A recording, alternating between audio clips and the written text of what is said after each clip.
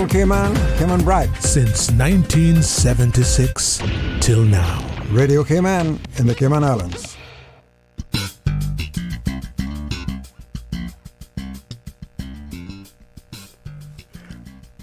Good evening and welcome to Radio Cayman Studio.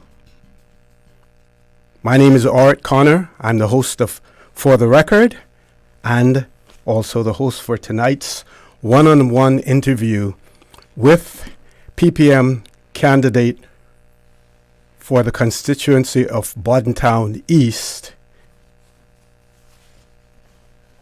Member of Parliament, current Minister Dwayne Seymour. Unfortunately, his opponent was unable to be here tonight due to illness, so we will have a one-on-one interview with Mr. Seymour.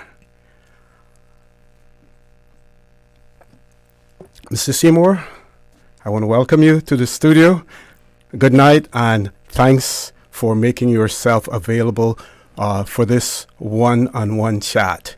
It certainly isn't a fireside chat, but we're going to make it as comfortable and as revealing as possible. We know that you have no hesitation whatsoever in terms of answering questions or letting the public know precisely what is happening. So with that, I will take my seat and we will engage in a conversation. First of all, you being the incumbent candidate,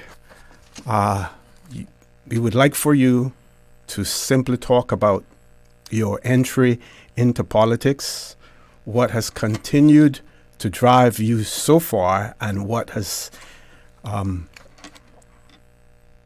urged you to again defend your seat in Bodden Town East. Well, thank you so much, OC. It's a pleasure to be here and to address the country. And I want to say hello to my Bodden Town East people. And I want to say thanks to my PPM team for making this election journey much easier. Welcome to all listeners by radio. Obviously, you've chosen the radio station we know, love, and trust, Radio Cayman.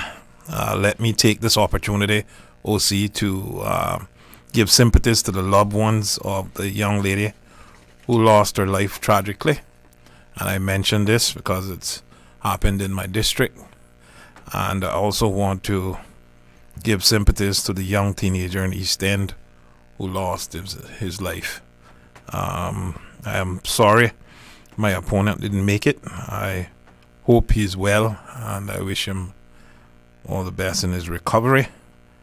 But it would have been a good chance for the people of Bodden Town East to have had the opportunity to see why I'm still the best choice as a representative for Bodden Town East. OC, I'm a true son of the soil, and I grew up in central Bodden Town. I'm a proud gun squarer, and rich history associated with Bodden Town District. And I reside there also in Bodden Town East, right in the center of it. Growing up, obviously people heard some of my stories. I think I was destined to be in this type of business from a very young age, even at 10 years old, using my allotments at summer from summer work to buy a boat for the community, for the boys. Of course, I pick up a beating from my mother for that because I spent all the money that I had to buy school books and stuff. But from a very young age, I was always trying to help manage the family as the first boy in the family. Being the person to buy my brother and sister school books at times from summer jobs, bagging at Buy Right, and working at Public Works, tiling and stuff at times. Very tender age, 10 years old. And, obviously I had my love for football and that gave me a lot of discipline in terms of teamwork. That's what I got from it, and how much I appreciate being a part of a team. And I grew in that football club. Football was my life. I wanted to be a football professional like many other footballers growing up, but I served in the various positions. It was a coveted position, being a captain on a football team back then, especially in the 80s and 90s and so forth. And I was able to work my way up, vice president, and take Bodden Town Football Club once again on my meager salary at Cayman Airways to on their first trip, Bodden Town Football Club on their first trip, and I bought 7 tickets out of my own pocket for players to go so that we could have a team. And I continue throughout the years trying to develop young people, organizing socials throughout the community from a very young age. I always had that community spirit and entrepreneurial spirit from a very young age. At 16 years old, I borrowed a pot from my neighbor to cook fish tea, to sell fish tea at a very young age. Made $200 a pot back then, but I was the man, making the money just out of learning how to cook fish tea. Wow. And I eventually, for fish tea, I eventually won an award, People's Choice Award for best fish tea in East End. So that wasn't an easy fit. So compared to those days, how do you see football today, and can you speak to some of the changes, the vast changes that have taken place since the 90s, late 80s, 90s, and now?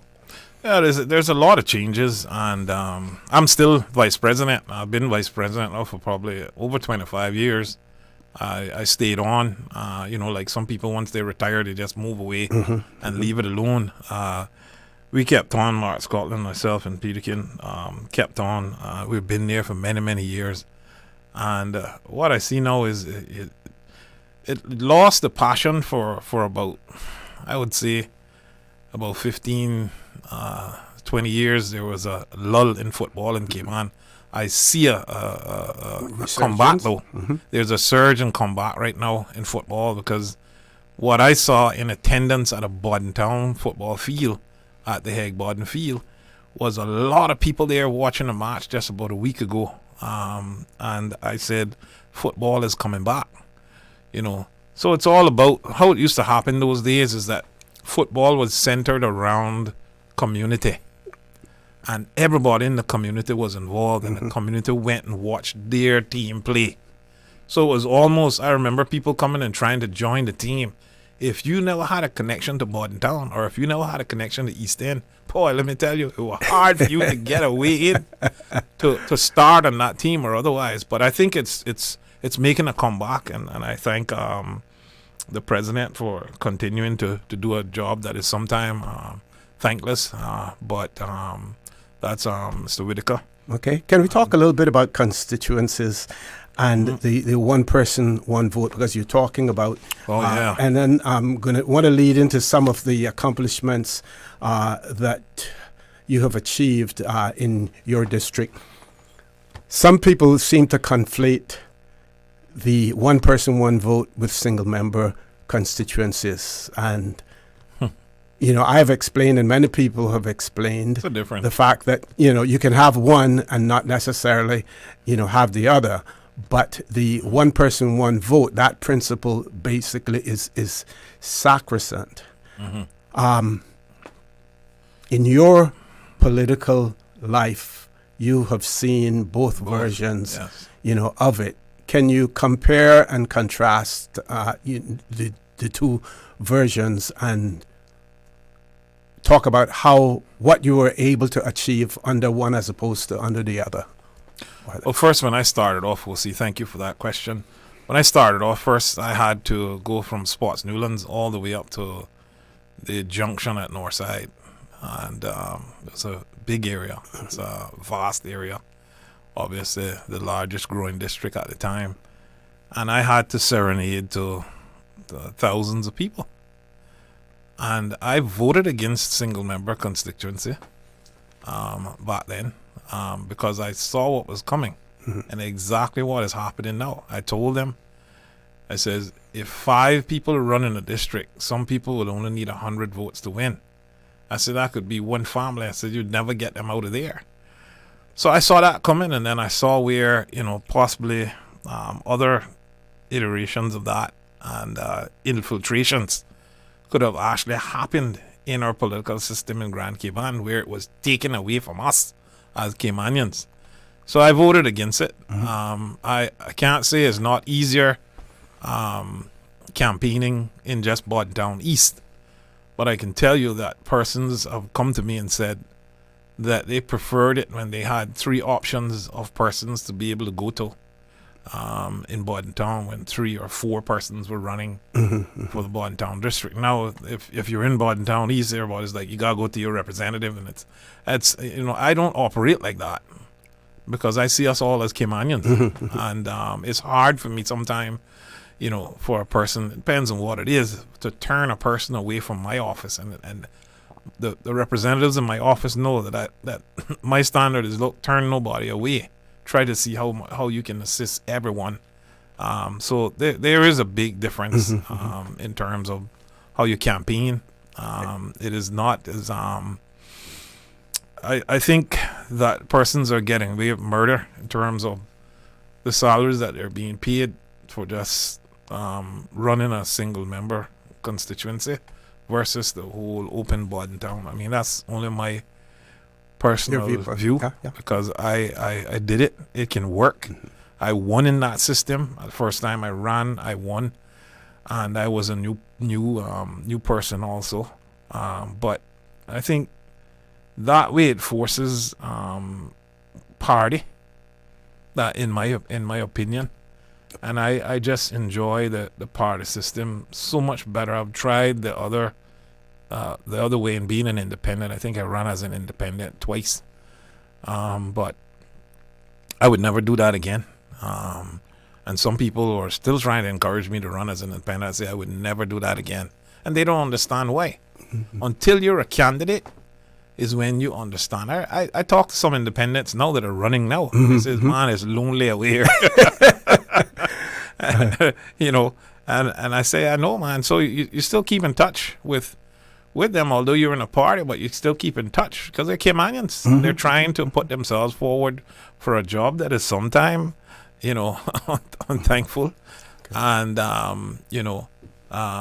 people, it's a thankless job at times. And, you have to applaud anyone that puts themselves forward. I mean, you may think that they're not adequate or educated enough or whatever else it is, but I can tell you it takes great courage for you to take up that mantle and say you want to run for office, because it's going to disrupt your family, it's going to disrupt everything. Yeah. Now, you let's talk a little bit about some of the things that you have accomplished in your constituency or overall in the district of Bodden Town. Every district, every constituency has its needs and its priorities. What are some of the things that you prioritized in your constituency and that you have also been able to deliver on? Well, we'll see. Thank you for that question. What I did growing up, I started, my first vote I think was in 1988. I think I probably first voted in a by-election. I think when one member had passed away. I think it was probably Mr. Jim. I think it was him. And what I saw happening growing up as a young man is a lot of promises from politicians in the past. And I said, what about if someone needs to come along and accomplish these things that people constantly promise. And one of those things they were promising was the boat ramp and the boat dock in Bodden Town. That was promised for 40, 50 years, And I says, an elderly man came to me and said, "Look, man," he says, "man, I'm so happy that you're able to achieve this." He says, "They've been promising us this from I was a boy," he said.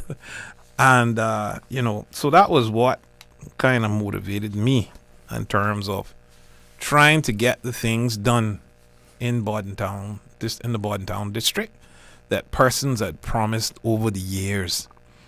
And if I could get that done and get most of those things done, then I could actually just leave it to someone else. Because you got to know when it's time to leave, and you got to go in with a plan.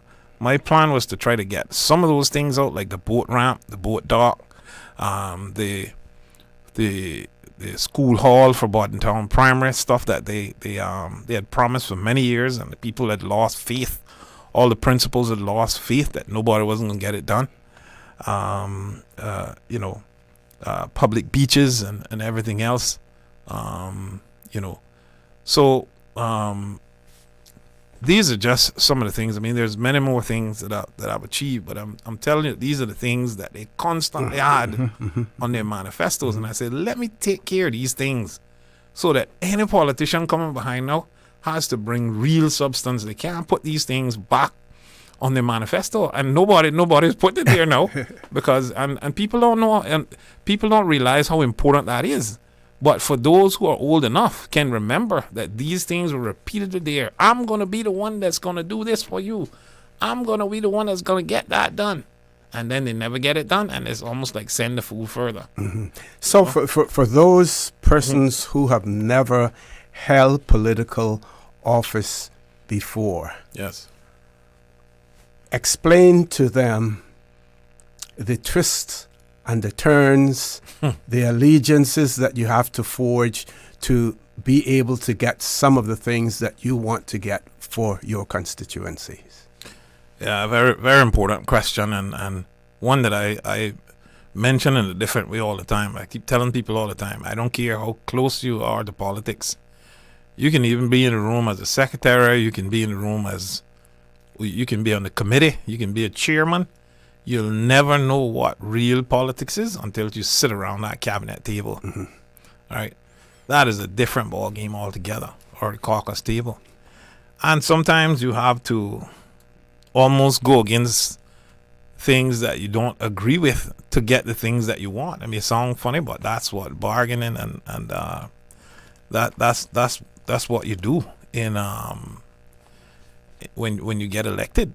To get things done, you got to trade off. It's like trade-offs, Yeah, I'll tell you a story on that. Actually, one of our very famous politicians here in the Cayman Islands, veteran politician, when he tells the story of when he was seeking to build a certain facility, and yes, he was rejected. And said, no, we can't spend that kind of money on this at this point in time. And when he revealed to the person who basically was opposing it and who would need to give the nod of approval, he told him of the intentions of naming the facility after him. And, with those words, I know the story. He found the funding. So it's exactly what you're talking about. I'm glad you talk about funding because, I don't know what it is, but the things that our people really need are for the regular common man. We always find, I don't know why it is that they always find, everyone finds so much harm in trying to find those funds. Well, we find it for everything else, So that's why I'm very careful doing the things that I vote for and the things that I try to align my support for, because I really am there to look out for the regular common man, but I can represent anyone, and that's the beauty of it. And I definitely love what I do. I get some bruises almost every day, but that comes with the territory. Yes. And obviously no one wants their family to be targeted or otherwise, but I enjoy working for the district of Bodden Town. I love my people. And I am doing that job for the right reason. It's not for any party or any one person or anything. It's because I love the district of Bodden Town, and I really want to see Bodden Town, take up its full potential.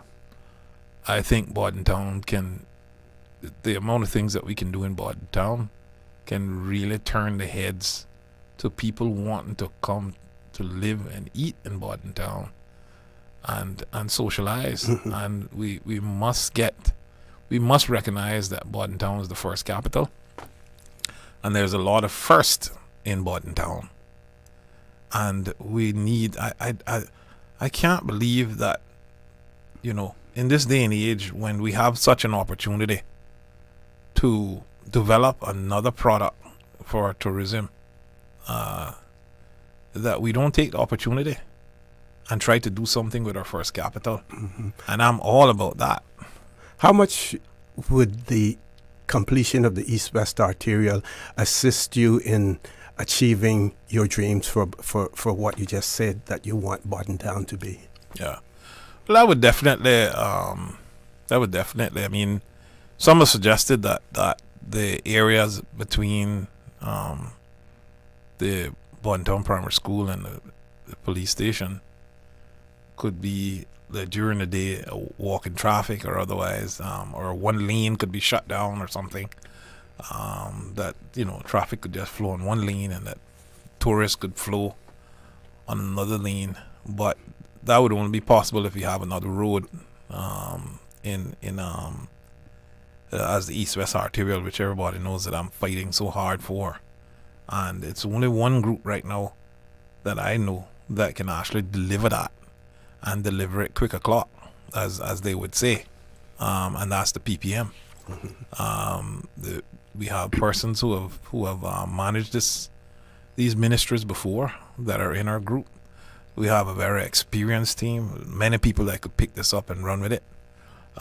We have the NRA, who has gave us enough suggestions from their expertise, and we know it's not going to cost the $800 million that the EIA is suggesting, with 20 bridges and everything else. We know it shouldn't cost any more than about $30 million, according to the NRA. And the NRA has a lot of professionals there. I trust them they know how to build a road. And I think we need to trust our Caymanians.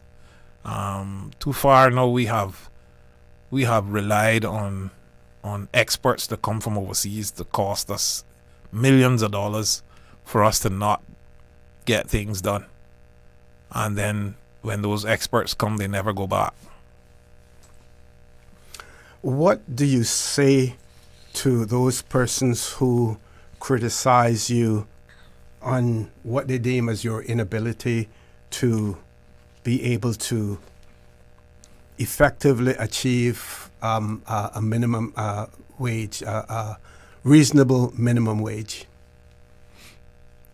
I say to them that when we were discussing it in caucus, and obviously sometimes it's 12, 13 people, I'm only one person, and I may have intent, and I may offer my contribution. Even as minister, I still don't. I can bring, only as minister, I can bring it to caucus. I can't take it any further if they don't agree. There was a lot of discussion on minimum wage. I said to them, if I'm being honest, I said to them, let's just raise the minimum wage until we find out what's the sweet spot as to what companies can manage and so forth. Let's just raise it 10-15%. Let's just do something. That's what I suggested. Obviously, they didn't want to do it like that. And what I really noticed about the minimum wage, though, the minimum wage team did a marvelous job. I applaud them in the job that they did. But they were short of instructions. They're creatures of instructions. They should have been given instructions to do a sectorial approach. That was the problem. That is what we ended up running into. when we were trying to make a decision in caucus, that we did not have the mandate to do a sectorial approach. And even the legal department wrote us saying you don't have the mandate. That was not the instructions to the minimum wage team. And you didn't have the ability to even amend those, those instructions? Well, with the approach that they were going to take in leaving out certain sectors, or not increasing certain sectors, or not as much as the others, because of the effects that it would have on Caymanians. There was some caution there by our legal teams in terms that we didn't have the mandate from the minimum wage committee. They were bearing a lot of weight on this committee's report. Okay. Yeah. Now, your party, the PPM, I believe have now stated that they will be prepared to raise the minimum wage to $9 per hour. Is that realistic? And will that be achievable depending on the type of configuration we have as a government after the 30th of April? That's a fully loaded one. and you're quite correct. I mean, the PPM needs to get as much across the line as possible to be able to achieve a lot that they have in the manifesto. And I think $9 is good for minimum wage. Obviously, it could become a shock and awe for some companies, and I think it would have to be a phased approach over the years for that to actually work. And I'm sure that that's how they would approach it. I mean, even as we speak, a lot of the increases were also in a phased approach recommended by the minimum wage team. Yeah. I know, Minister Seymour, that you are very passionate, and it hits you personally in relation to the mental health facility and mental health issues. We are seeing more and more of it, and people are talking more about it, especially amongst their youth, not to mention adults as well.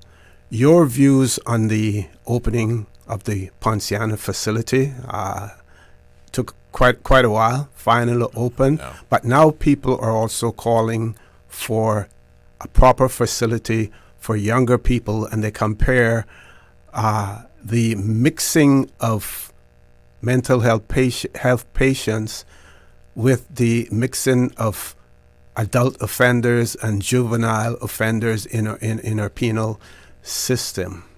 Can you talk a little bit about the facility itself, and if you were to be reelected and in a government with a ministerial position and possibly given the portfolio of health, what would you do in terms of mental health issues for younger people?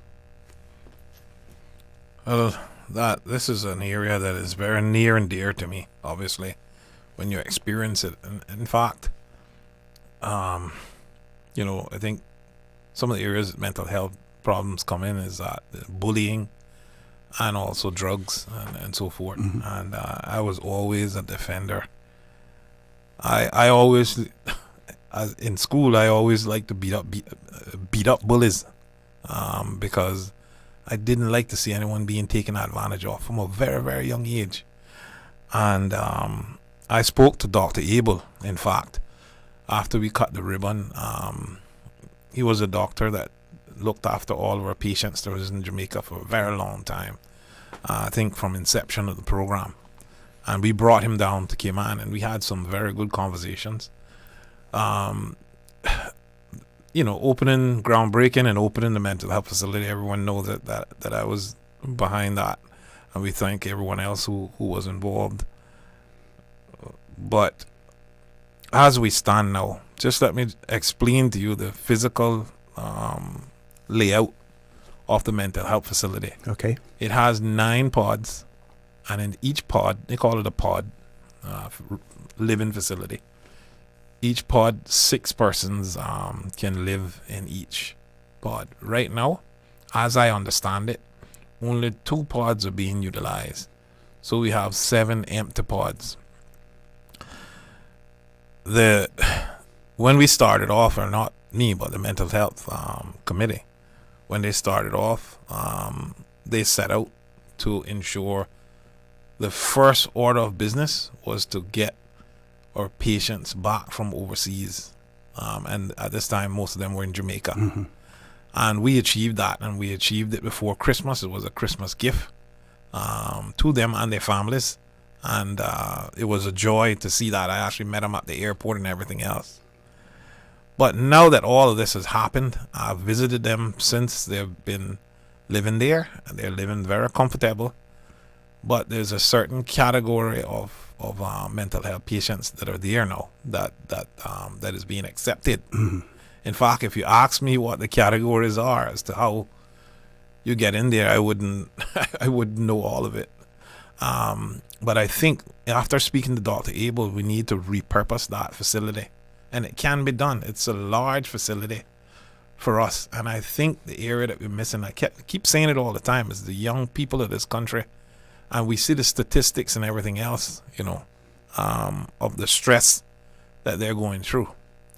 And sometimes it's just, a couple of weeks for a reset that they need away, in a facility, and a nice facility. It's a nice facility, real big area. And I asked Dr. Abel about it and other professionals, Dr. Lockhart and so forth. And everybody thinks that it can be done. So if I was to get, if I was to be reelected and be given the responsibility of health again, if they decided to do that, I would immediately put a committee together to look at a plan of repurposing it, whether that means additional fencing or otherwise, or it can be done. Mm-hmm. That's what I've been told by many professionals, and I think we need that because the hospital, the facility they have there is not adequate for young people. I've visited young people there, family members and everyone else. So I think with that facility being there, plus on top of that, there's acres and acres of land around the mental health facility that we have there now. Acres and acres. But temporarily, if we want to call it temporarily, something could be done right away because we have an emergency and we need a fix. We need a quick fix. We don't want to have plans and takes years bringing to buildings get, out of the ground and so forth. We have buildings that are ready. We got 7 pods, we could use half of them,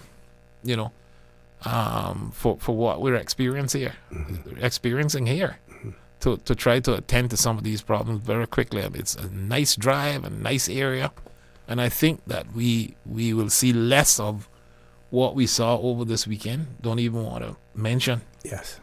But I think that if we could do that, and Dr. Abel said, yes, it's just a reset, that some of those youngsters need.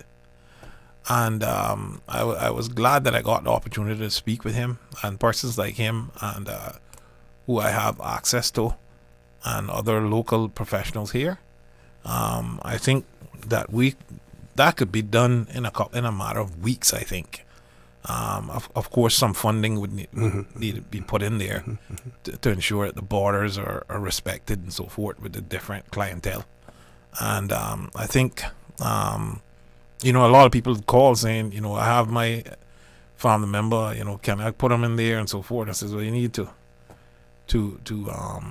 email the director or whoever else it is in HR and to see if they would accept this clientele, but obviously it would have to be referred by a doctor and everything else. So there's a lot still going on. It's just opened. Yeah, and it's a travesty that you would have so many pods that are available and being unused at this point in time to not. It's a good problem. We have an opportunity. Okay. Yeah. While we're on the topic of health, just recently, the Health Services Authority and also the Premier announced the renaming of the Georgetown Hospital to the Anthony Eden Hospital. Your views on that? Yeah, it was quite a beauty, for me to see Mr. Eden still alive. I mean, we don't honor people when they're alive, and I'm glad that they mentioned that. And, I've known Mr. Eden for a very long time, and, in fact, he put a lot into football. He used his truck to transport young players for many, many years, man. This is before he even got into politics. Okay. It was his effort, that built the hospital. I know all the work that he had done on it. I think he was elected first in 1992. I think it was. And, so happy that there's no other person. I remember one time ago they were talking about Dr. Horta and all kinds of people. But now, we have it named after our own Cayman, and I was there at the unveiling of the renaming of the HSA, Georgetown Hospital. I'm elated that it's him, that I could actually shake his hand, talk to him, and tell him it was a pleasure for me to approve it in cabinet. Even though they approved it at the board level, it still had to come to cabinet for us to ratify it and approve it. So I was definitely happy about that. Yeah. Of course, you will hear stories and you will hear rumors about the reasoning for doing it now, and there will be some who will claim it was initiated earlier. Yeah. But the wait was decided to wait until a more strategic moment in time.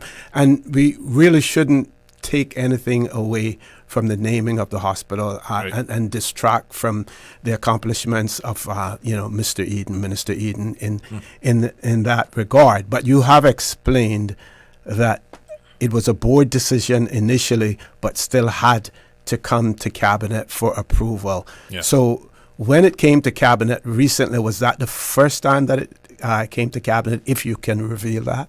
Yeah, that was the first time. And there were some changes going on with the board. And the board didn't have a chair at some point. The chair decided to retire and to go into politics and so forth, and then they had to wait for a chair and stuff. So it was a little. They had some little board issues going on. So it could have been done earlier, but they had to sort that out first. And the first time it came, everyone was unanimous support. For the premier, who is now responsible for health, in doing it. Now, I mean, let me just say this though: we're talking about politics also, and if let's just be honest, that if it was a person that we didn't support, or we didn't think that was fit for it to be named after, we would have probably voted against it, And that is just politics, So, thank God, sometimes you have to do things at a time when it is most favorable by the members who sit around the table. And that's for national heroes and everything else. You can't get 100% support from everybody all the time. But when you find that you have the support necessary, because sometimes the paper comes, but it comes after a discussion like, what do you guys think about so and so and so? Is this something you think I should bring or whatever? This is how it happened, really. So the first time he says, yeah, man, that's fine. You can go ahead and bring that. Because we're a minority government, and we don't want to be wasting time with things that is going to take up our time and distract us. So we try to bring the things that are non-contentious, that we can deal with in a expeditious manner, so that we can get back to our districts and knock on some doors, and sure, try to win some votes. Okay. Now, during the COVID pandemic, you were Minister for Health at that point in time, and of course, the government at that time has been lauded for the way that it handled the pandemic. Of course, not everyone was happy. Some people complained about some of the measures in terms of having to stay indoors, some of the restrictions placed on it, it is quite possible that in a matter of months or maybe years, we could have another crisis on our hands based on the high cost of living if nothing is done about the whole issue of tariffs. And, with the Cayman Islands being an importing country, it's going to affect us even more than many, could imagine. Can you talk a little bit? I know that you have also been a proponent of looking at other sources, for products, as well. Can you talk about some of the approaches that you see that you may have to take in the event that we are facing those challenges? Well, it's real, OC. It's real. We're not the only country that are facing those tariffs, some more than others. But just touching on the pandemic, that was one of my most proudest moments. Being a representative for the Cayman Islands, where people around the world were proud of us. I was proud to have been able to bring in some 200,000 test kits, and no one else in the Caribbean, whether Jamaica, Barbados, Bahamas, no one else could get them, and that we were able to sell them some, where they sent private jets just to pick up test kits. Whether we could sell them 20,000, 25,000, some we sold 50,000. So one of my most proudest moments to be able to help our fellow men in the region, and the way that we operated as a government, stable leadership in providing that safe terrain for everyone to operate in, with the measures that we put in place, that persons around the world were jealous of the way that we were operating, even at Christmas or otherwise, see us operate without masks, the videos and everything going out, and everybody wanted to get here, but the strict restrictions, you couldn't come unless you had property, or you couldn't come unless you had family. So at that time, you know what happened during COVID? Property sales went up. So yes. Everybody wanted to be here in Cayman, and I can tell you that I traveled to Jamaica after that, and someone said to me, he says, are you Minister Seymour? And I says, yes. He says, man, you're popular in Jamaica. I says, popular? Why am I popular? He says, man, during the pandemic, man, he says, everybody used to watch you. They used to just wait till you come on, and they said, Tana your yard. But, I felt good about that no one lost their life under our watch locally from COVID. And I think in saying that again is one of the main reasons why I chose to work with the PPM, with the structure that they have, the experience that we have from COVID, and with the finances and everything else. And, the tariffs in itself, obviously, it's going to affect us at some point. We just need to make up our mind to change whatever legislation or that we need to import from other countries that the U.S. is importing them from. So, whether that's Chile or Colombia or Honduras or Nicaragua or wherever it is that we need to, or Ecuador, wherever we need to import things from, we've already started making some inroads by sending delegations overseas, and there's clear opportunities for us to bring products here that could reduce the cost of living for the people of Cayman. We need to have an aggressive approach about doing this, whether the tariffs are gone or not. We can't just be so reliant on importing stuff from the U.S. We saw what happened during the pandemic when they had problems in San Francisco, or in L.A., in California, where the ships were all up there, docked up, and nothing could come out, and we didn't know whether we were going to get products or otherwise. We can't be so reliant, and we need to have food safety, and that goes into also encouraging farmers and supporting them financially. Vision without funding is hallucination, so we need to fund them properly. We need to encourage backyard farming. I remember growing up, I had my own gungo peas tree. I had my own ducks. We used to eat duck eggs. I had my own chickens. We had our yams. We had everything in the yard that you didn't have to. We had our mint bush. We could make our own tea. We had all the stuff, and your grandmother was teaching you this. Fever grass. Nobody tea could and all plant that. like them older ladies. Yes. And our fever grass, everything else. We had certain staples in the yard. Then you had fruits. You had your nesberry and your mangoes and whatever else it is that you could benefit without having to go and buy everything. Now we're buying everything because we forgot about backyard farming. And let's grow what we eat what we grow. And we need to encourage that. And we can put little programs together. I just came out of Lookout last week, and I went to a lady's yard, and she says, "I want you to see my my little grow box." And she had a long grow box, about 40 feet. Wow. It was 40 feet by 1 foot wide. And she was growing all of her stuff there, hot peppers and green peppers and different stuff, tomatoes, which I've grown some of them too. I love to see green peppers growing. And, but we need to get back to being proud of, we're so busy now because of the traffic. We're leaving in the dark and coming back home in the dark, so we can't plan anything, So we need to fix that too, We're going to go back to healthcare. I know that in the past you have been a strong proponent of the decentralization of our healthcare system, and your vision was, to have sort of like mini hospitals in the various districts. The Bodden Town Clinic is a good example of that. It is utilized, by many. I know with, our granddaughter, instead of having to go into town for her vaccinations, it was a short trip up to the Bodden Town Clinic. Do you still have that vision? And would you push that for within your party?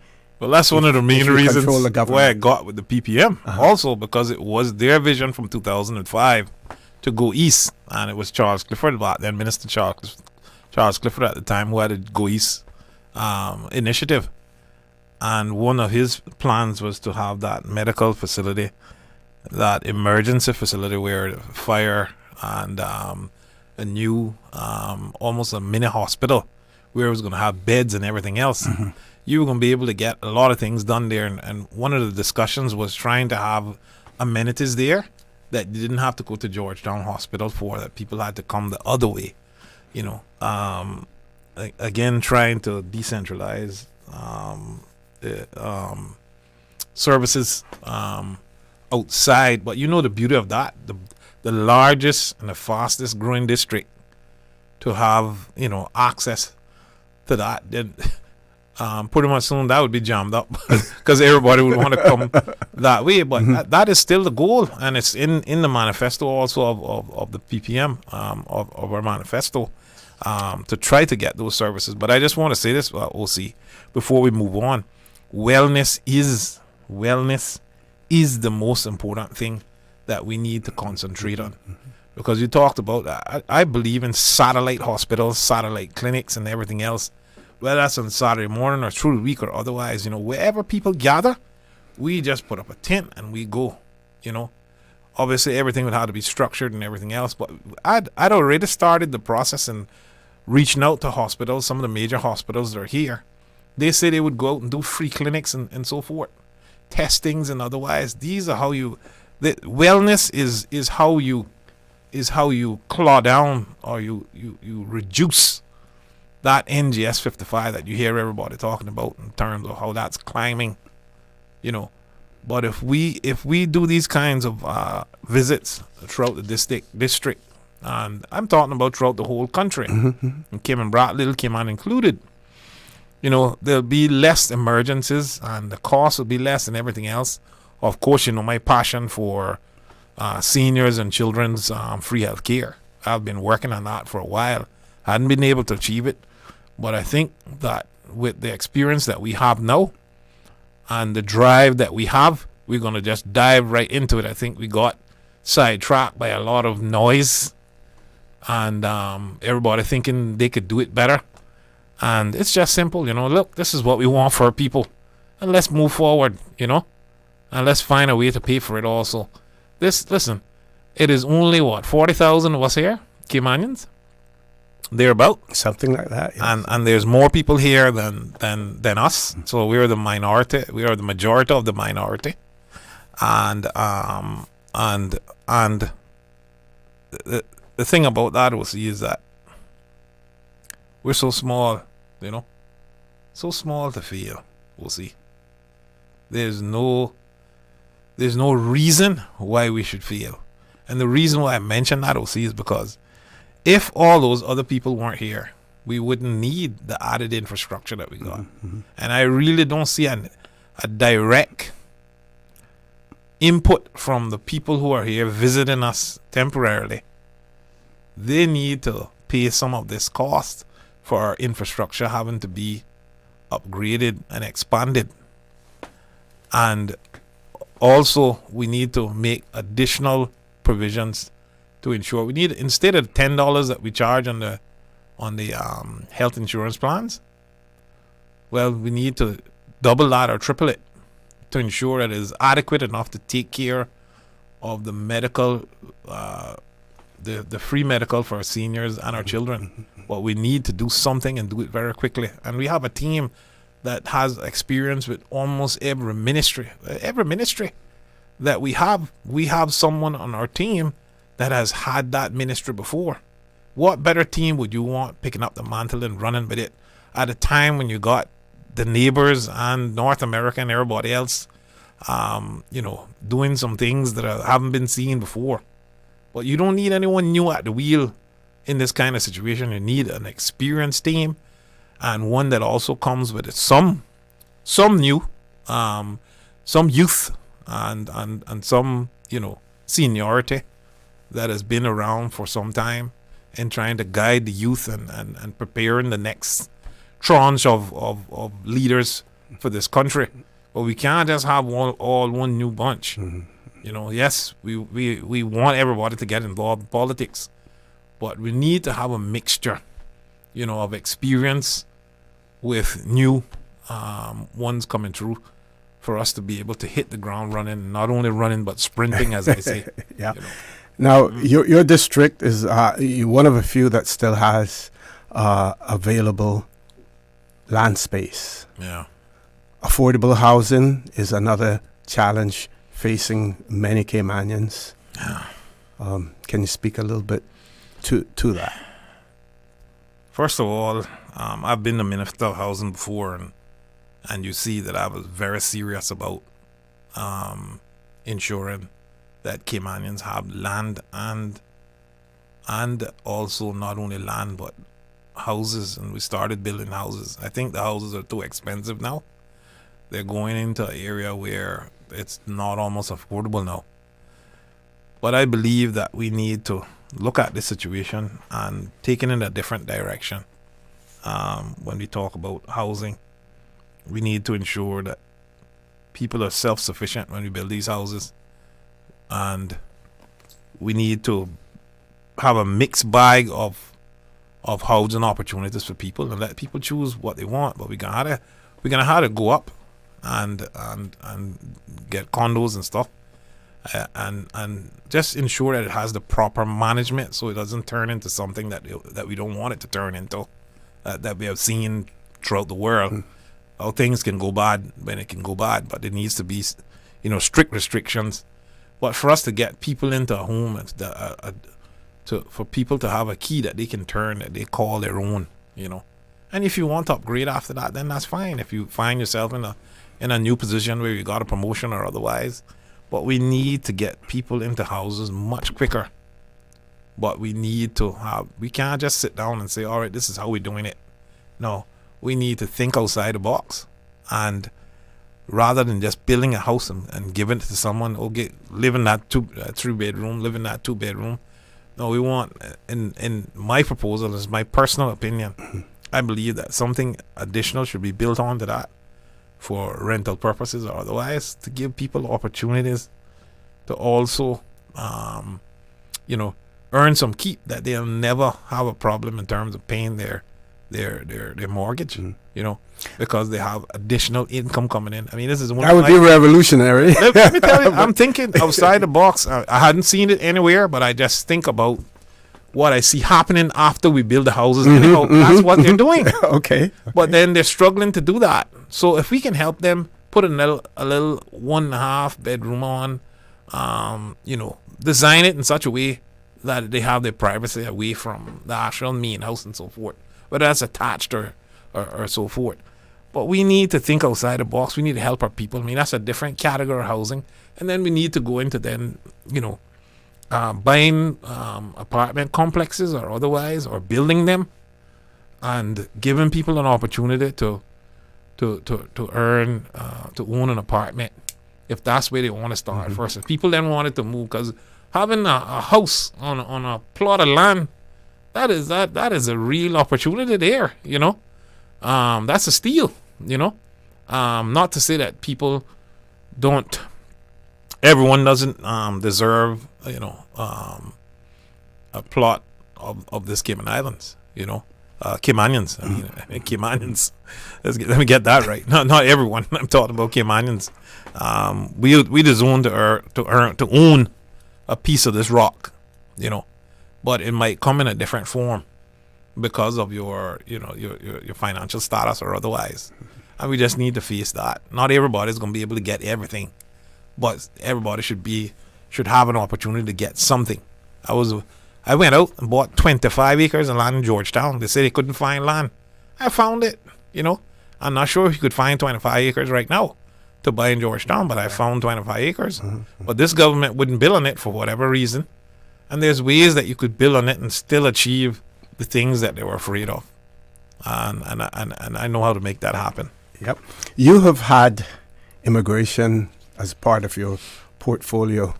The topic of immigration is extremely emotive. Yes. And it is, I would venture to say, on everyone's manifesto. You have had the experience, like I said, you know, before, of having that portfolio under you. So you know what some of the pressures are, you know what some of the needs are, and you have heard some solutions being offered to you as well. Let's talk a little bit about that, about immigration. I love to talk about immigration with you because you can help me so ably, you know, because I know that's your pet peeve also, the background that you have. But immigration is it's not a small thing. It's a big thing. And you know, I always go back to the seamen where they had to go overseas to a foreign land to be able to send money back home, because in those days that was the inward investment from immigration itself. So immigration must work for Cayman. Right now, I think it is slipping away, and we need to draw the reins back and let immigration work for Cayman and Caymanians. And there are certain things that we need to change. I see some attitudes from certain companies. You know, you learn these things. You know, I've just had border control. I mean, I've only been a minister just over a year, I think. And I've seen some things, and people say, "Oh, you were the minister." Yeah, I was the minister. I just became the minister. You know, you think you need time to investigate these things. You don't want to make knee-jerk decisions. You know. And that's I think that is the key when you're talking about immigration. Immigration must work for Cayman and Caymanians. There's some industries that we all know that Caymanians are not going to go into. And I think we need to just start sectorizing these things. It has to be done by sector, right? As I've said before, I don't think that we don't need anybody here for selling our real estate on a work permit. You know, that is my position. You understand? And there's many other categories like that, real estate and others, where, listen, if you want to hire someone in certain industries, you're going to have to pay a mean price that is going to deter you from wanting to bring that person in or otherwise. So, obviously, you have to be so careful as to what you say now, not that I should be careful with what I say, because I'm forthright. But people, when they hear you talking, and if they think you're going to get elected, or if your group's going to get elected, they start preparing a judicial review right away as to what you should do. So some things you need to do in private. Some people say, "Oh, you didn't say how you want to do this, and you didn't get down the minutiae." I don't want to, because we just need to unfold this and say, "Look, this is what you got to abide by." And I think we have enough in place, with the business staff and everything else. I've always been an advocate that we need to give companies ratings. Companies who got more than 50% Caymanians hired, they're in a different category altogether. Companies who got below that, then, look, you may not be able to get a work permit. So I'm just saying that, but it has to be categorized, because we know certain industries are Caymanians. And everywhere you go in the world, every country you go to, you're going to find that is an industry that the locals don't gravitate to. We just need to be honest. Any views on permanent residence and Caymanian status, the granting of it? Many people are saying that we're granting too many. There are some who have proposed an amendment to the Immigration Act that would suspend the issue of status and possibly permanent residence for a given period of time, so that we're able to catch our breath and also possibly look at other options to permanent residence, whether it should be restricted for those persons who have reached the retirement age and are able to afford to retire in the Cayman Islands and support themselves without becoming a public charge. Do you have any views, or are your party's views on those? Well, your party can only go so far until we get into those discussions. We have a manifesto, and obviously, the manifesto itself, every policy has to work for Caymanians. But I've thought about quotas that we used to do in the past, where there's only a certain amount of quotas. I've long said that, for persons to get Cayman status, they can't be just up in their pinnacle, working in their golden house, and not know any other Caymanian and get Caymanian status. You gotta go out there and you gotta know someone from Bodden town. You gotta know someone from Georgetown. You gotta know someone. You gotta know people throughout the district. You can't. You have to prove that you want to live here and that you want to mingle, and interact with our people. Otherwise, then you don't need the status. Then what I've seen over the years is that most people say, "Look, I really don't want status. I just want to be able to remain here to work." That's a discussion that we need to discuss a little further as to how we manage that. Because what we don't want, and sometimes we what we're trying to fix, we ended up destroying something else. You know what I'm saying? So we need to be careful as to what it is we're trying to do, because what we could do is have a brain drain situation, and help me here, OC, because you know who you have. What you're saying now, all right, get rid of them and bring someone else in new. All right. So that is one situation. If that's what the country wants, then that's what we'll have to do. If they say bring someone else new, this person has operated good for the last 10 years, but just throw them out. And then we're going to have the financial services saying, look, this person is a person that has 1,000 clients. I don't know what the numbers are. Just using a number. And this brings in, $100 billion to the Cayman Islands. And if this person moves and they go to Guernsey, then they're going to take that business with them. There's going to be all kinds of scare tactics out there. Yeah. But we need to understand exactly. We need to do a little deep dive, although you can't dive too much because then you'll get caught up into not doing anything at all. At all, yeah. And yeah. like we've just done over the past 4 years. Yeah, and the brain drain scenario that you presented there as well. The question that we have to ask ourselves then is, how long do you allow someone to remain here without offering some pathway to either permanent residency or citizenship?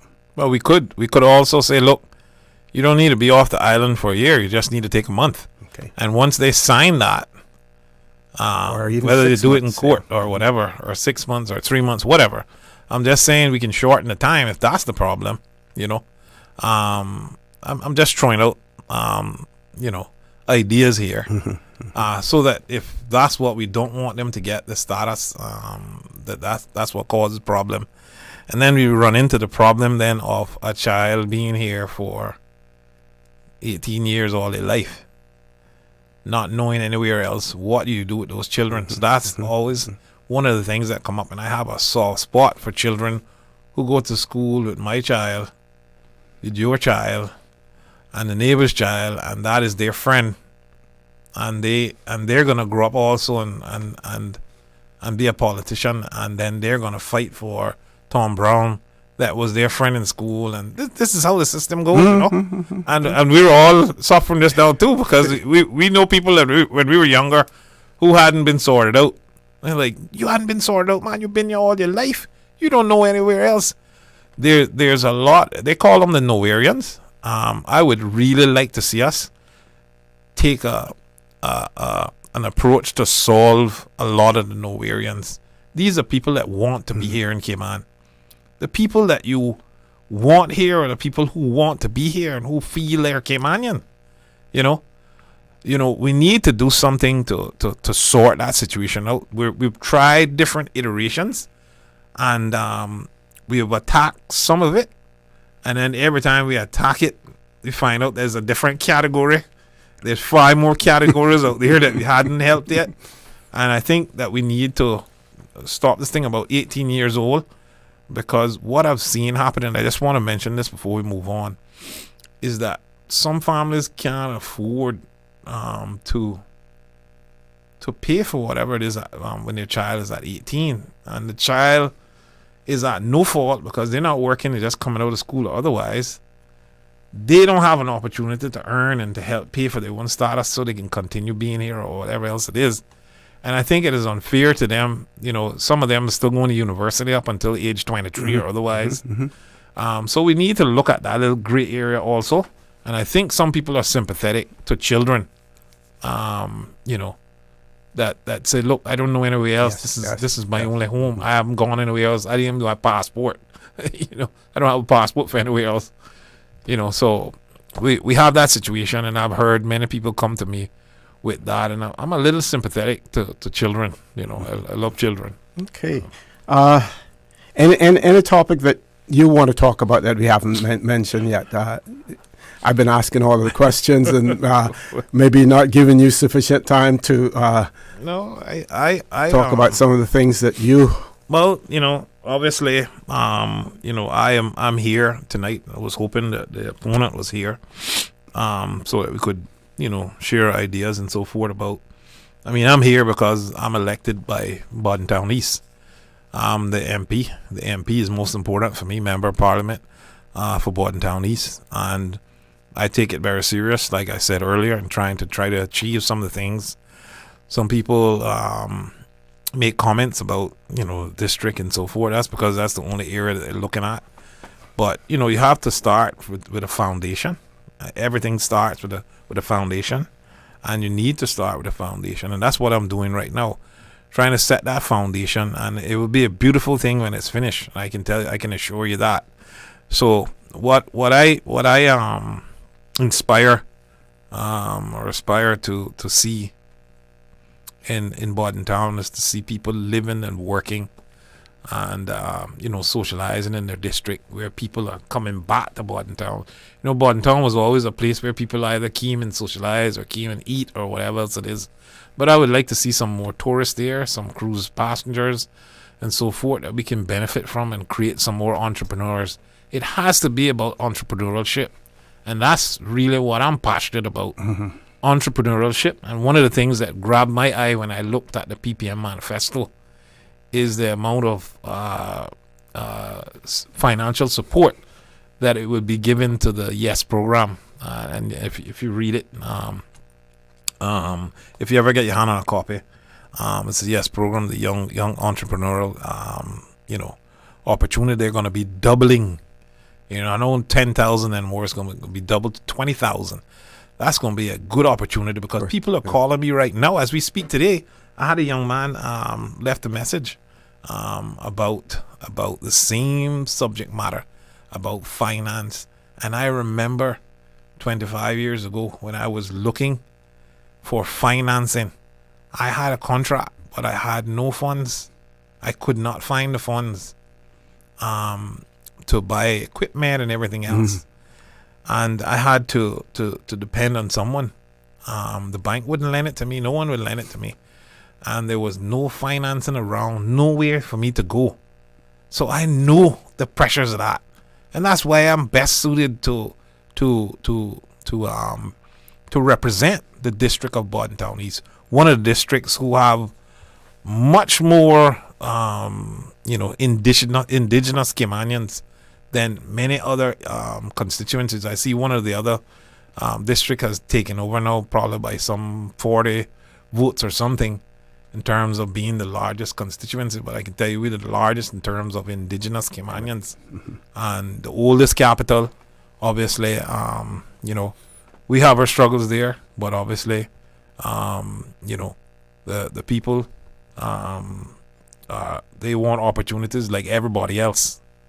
And I want to bring opportunities up to Bodden Town with all the amenities, that people don't have to go to Georgetown in all of the traffic. And they can stay right there in Bodden Town and have the same comforts. Okay. Any updates that you want to give before we leave? Before you leave, in terms of your meetings, future meetings, or any events taking place? We coming to a close? Or? Yeah. We have enough.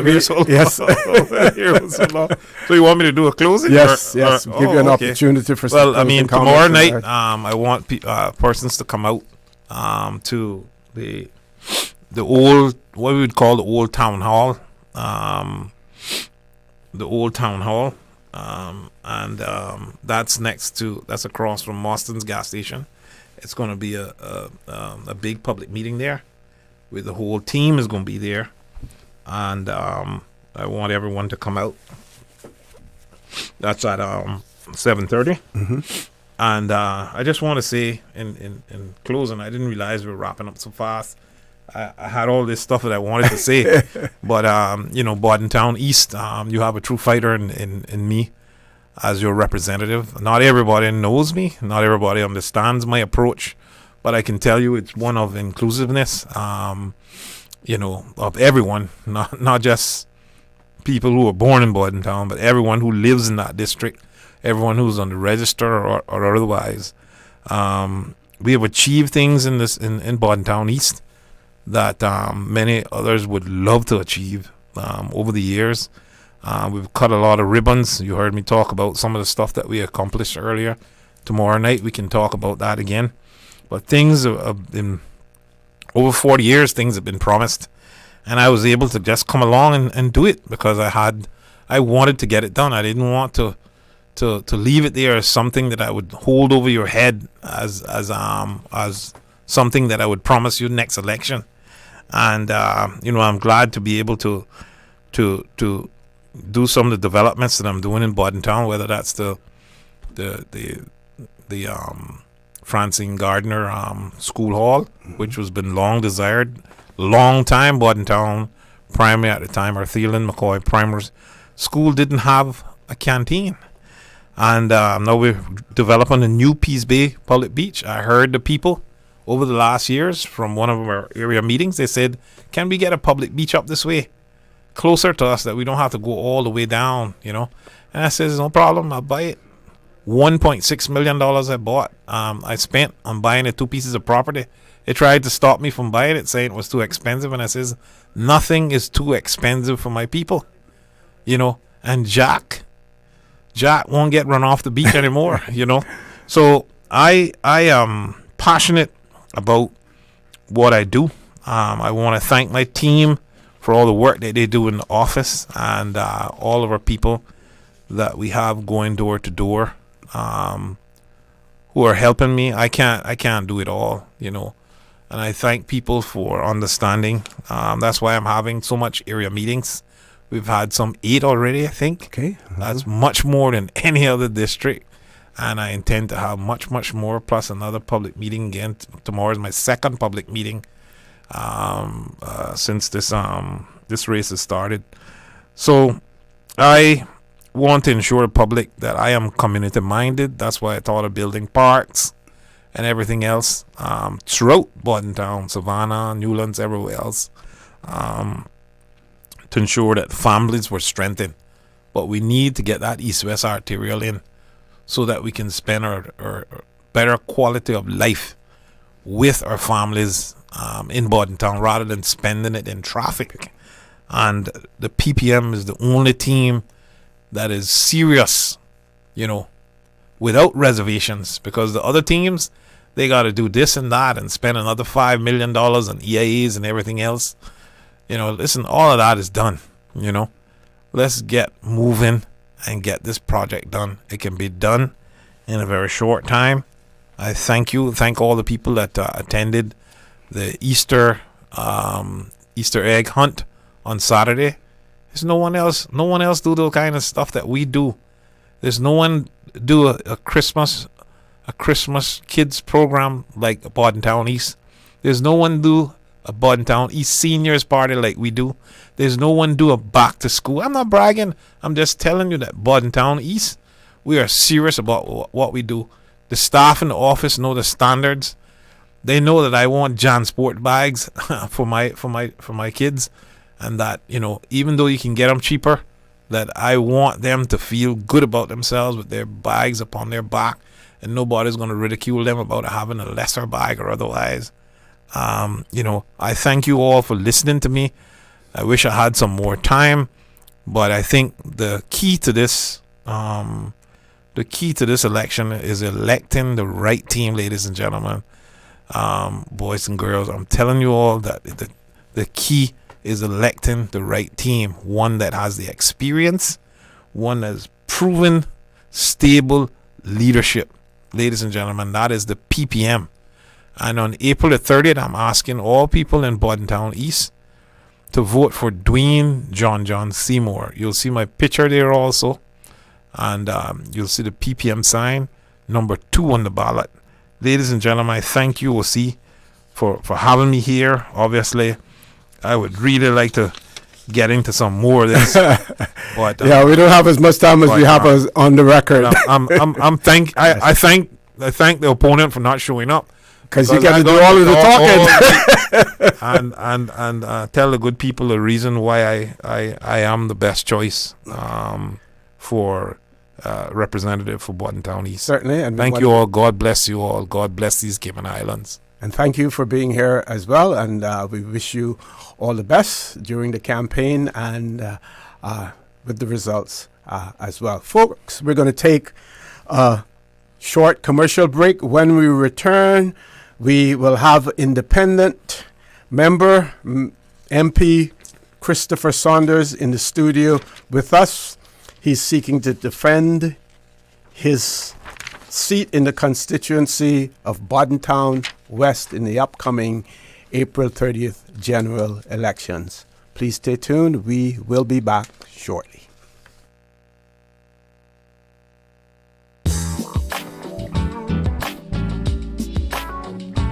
At Enterprise Cayman, we're connecting ambitious minds with real-world opportunities. Whether you're an aspiring entrepreneur, tech enthusiast, or looking to expand your network, we've got the tools, training, and community to help you thrive.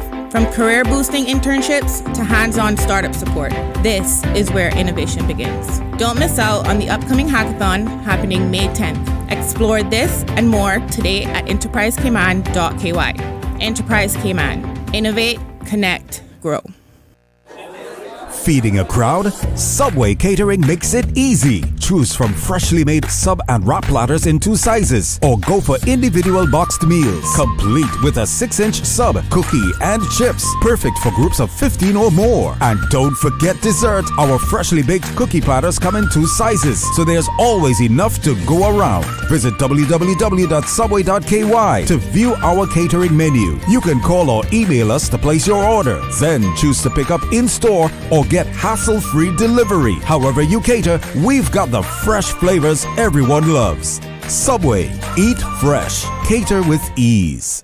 It's spring savings at Reflections. Shop the red tag sale this April at Reflections. Save on kids, men's, and women's selected style shoes and sneakers. Brands like Nike, Puma, Reebok, and Dockers 50% off. Adidas 60% off. Ladies jeans in select styles at 50% off. And ladies tops from $9.99. Men, step out in your Levi's $5.50. Now 25% off. All accessories and handbags 50% off. Shop the red tag sale at Reflections all month long and be entered to win 2 Cayman Airways tickets. That's mad!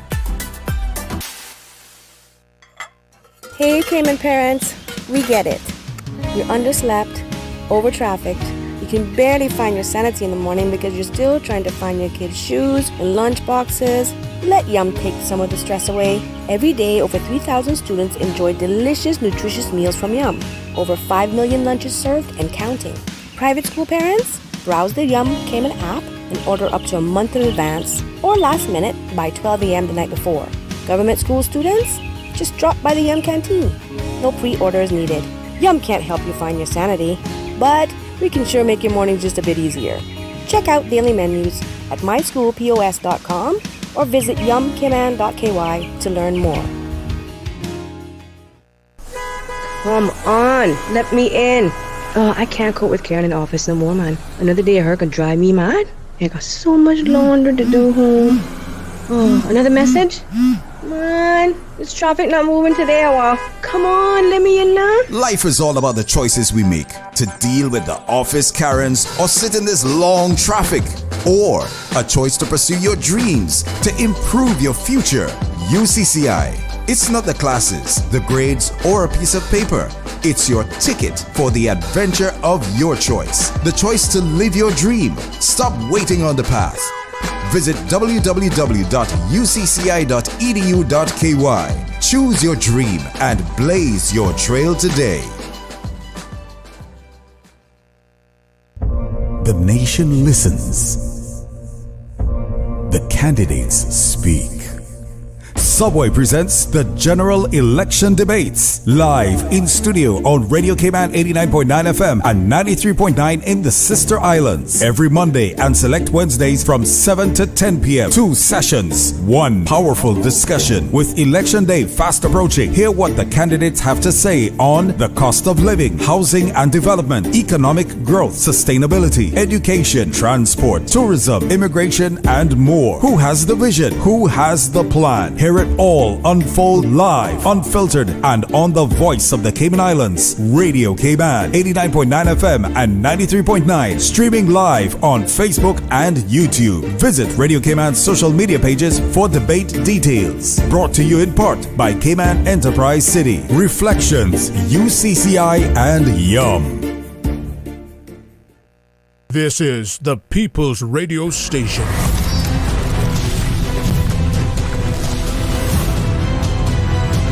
Radio Cayman in the Cayman Islands.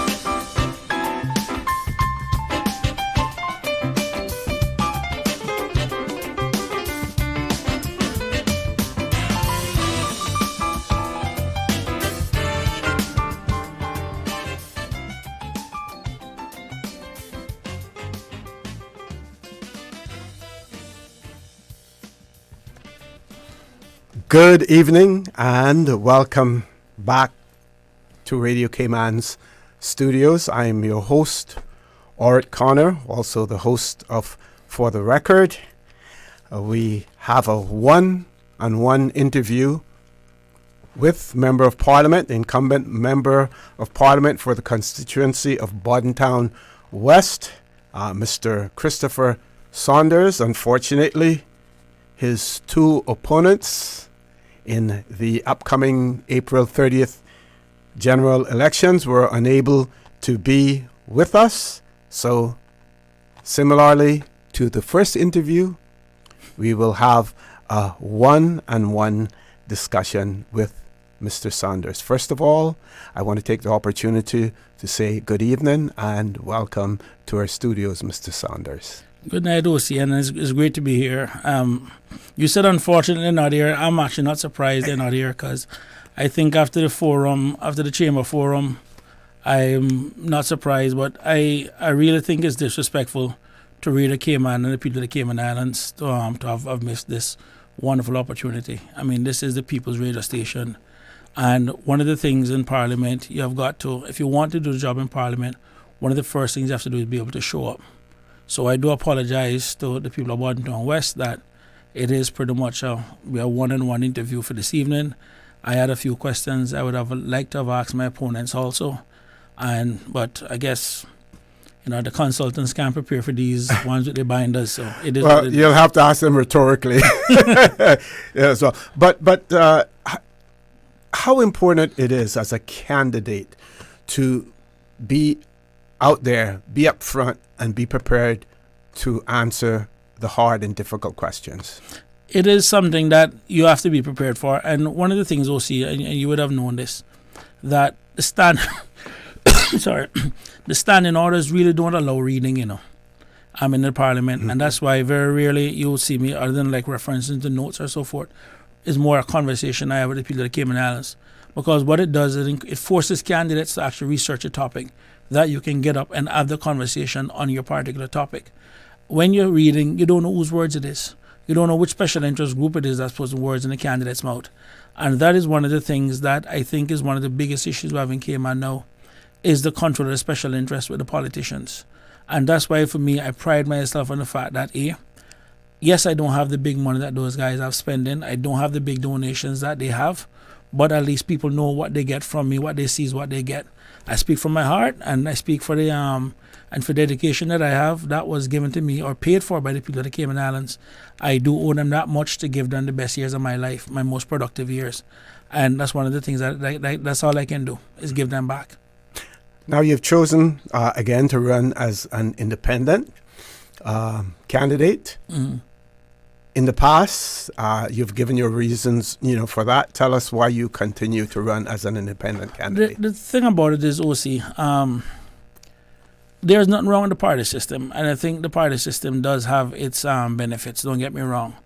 But at the end of the day, first, in my 2 terms, I took 54 motions to Parliament, and I got 50 of them passed unanimously, or 50 or 54. So I think for me to have gotten that kind of record, it requires me to go out, and it actually forces you to be a better politician, because you then have to go out and convince other members in the Parliament why your motion is good, why they should support it. And that's one of the things I'm really thankful for, grateful for, that 50 of them have passed unanimously. And some of them have actually already started to bear fruit, which I'm really happy for. But one of the things that also comes with the party system is the baggage. I mean, one, I am very conscious about where money comes from, or who it is that donates to a particular campaign. Mm-hmm. I don't know when a party raises money where the money come from. I don't know who owes what favor. And for me, those are the kind of things. And then I do look at the even the lifestyle of some of the people on the platform, which goes against my personal belief, goes against my Christian belief, goes against my family belief. No, I ain't perfect, and I'm not one of them beat down door Christians, but there are certain basic things that is still near and dear to me in terms of values. And when you have to go out and become part of a party to champion people that you know you wouldn't vote for in a different situation, but now you're trying to sell somebody that you yourself can't buy or you wouldn't support, it almost makes you as a hypocrite. So for me, I prefer this way. The people of Bodden West I've spoken to in 2017 when I first ran, there were three political groups. So the PPM candidate, you had a UDP candidate, and you had one other candidate that was part of a bigger group.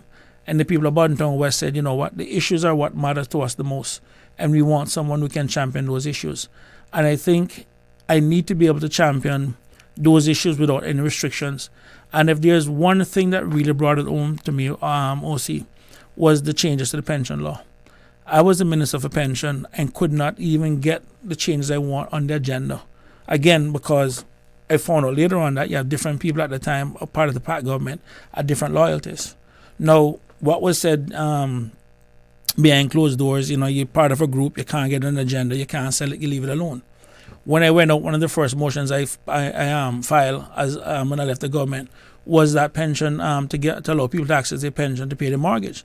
And I said to some of my colleagues then who wouldn't support it, I dare you not to repeat in public what you said to me in private. The motion passed unanimously. So if anything, so that's also the part that comes to the group. And again, you don't know where the different loyalties are. And so this way, I know my only loyalty I have will be the people of Bodden West and the Cayman Islands as a whole. I not have to worry about, well, this somebody in my group owe somebody a favor, or this one owe that a favor. I don't need that baggage. You know what I mean? And if there's anything, OC, that I think that is needed most than anything in Cayman politics right now, is candidates that can think long-term and look long-term. We are too focused on the short-term cycle. And a lot of the challenges that we have were in the making for a very long time. And I think it's important, at least I can say for the voters of Bodden West, were giving me that confidence to say, you know what, Chris, look long-term, please. Focus on the long-term issues. You have other districts where people are just looking to the next election cycle. They're looking to the next month, that kind of short-term stuff. And that's why a lot of the stuff that I take are stuff that will benefit in the long run, because a lot of the problems we have didn't arrive overnight. And in fairness, we can't say that we weren't warned. I mean, more than 20 years ago, Dr. Frank spoke about that was an issue. And that's when he started pushing the government housing from that standpoint. People criticize him for the type of houses that were built, but it did not change the fact that it was needed. Yes, he recognized He recognized it. I mean, you look at Cynical, 20 years ago, Gilbert McLean, again, paid a political price for introducing Cynical. You know what I mean? He took his licks for it. And now if it wasn't for Cynical, many Caymanians would not have insurance today. So it is those long-term thinking in terms of building institutions. I mean, for too long, we have been focused on the individual and not the institutions. Individuals come and go. Institution is what stays. And the approach that I've always been looking to take is how do we build something and turn it into an institution? Because that is what is going to survive politicians. So that's pretty much it. Okay. As a former Minister of Finance, and of course your background is accounting and finance, we have seen attempts now to politicize the pre-election report that has emerged, and I can think of no one better, probably other than the financial secretary himself, who penned his signature to the report, to explain it to the people of the Cayman Islands, what it is all about, and whether or not any alarm bells should sound at this point in time. One of the alarms raised was the prospect of the United Kingdom bringing the Cayman Islands under administration similar to what was done in other overseas territories. And fortunately, the governor has come forward and spoken to that and said, under this current circumstances, that would not happen. Yep. Can we get your take on it and your explanation? Well, I am a bit disappointed that some people have chosen to politicize it. I can say to you, going into the 2021 general election, when the preview came out, it showed for 2021 a forecasted deficit of $98 million. And then for 2022, it showed a forecasted deficit of $60 million. So in short, it was looking at about 159 million over the 2-year period when we were coming into the government. Now, at that time I was running against the PPM. I could have chosen to highlight that and try to frighten people and all that kind of stuff, but that's not constructive. I mean, when we came in, I can say to you, I was a bit taken back in terms of the number. We recognized the challenge ahead of us. And one of the first things that I did as Minister of Finance was I put in limit. We are ending about $5,000 outside of contractual obligations like salaries, utility bills, and so forth, had to be pre-approved by the minister. So one of the things that we wanted to do was curb spending immediately. And then if there was any spending that we had to do, it was spending that would have generated revenues. Because when we came in, we were still in a COVID environment. I am pleased to say that for the pre-election forecast for 2021, we were supposed to have $98 million deficit. We ended up with an $80 million deficit. So we beat the first year by $80 million. And the second year we were supposed to have $60 million deficit. We actually ended up with a $53 million surplus. So all in all, for those 2 years, we actually beat the pre-election forecast by $193 million. But that, again, took some very hard decisions. It ticked off a lot of people in the process. And I know sometimes people kind of have a problem with, I guess, my style and my delivery. But one of the things, OC, that people need to recognize is that we're talking about the public purse. We're talking about people's money. And at the end of the day, if politicians treat the people money as they treat their own money, the country would have been far better off. You know what I mean? And in this country, we have become addicted to nice. And nice is what got us to the immigration problems that we have, the immigration challenges that we have. So much so now that they're basically telling Caymanians that they feel entitled. And that's the reason why I've always said Caymanians do have a right to feel entitled to their own country. You should feel entitled to a job. You should feel entitled to opportunities. You should feel entitled to a proper quality of life, living and everything else, a secure environment and everything else. So it is from that standpoint, would I be alarmed at this point? The answer is no. One, it is just a projection.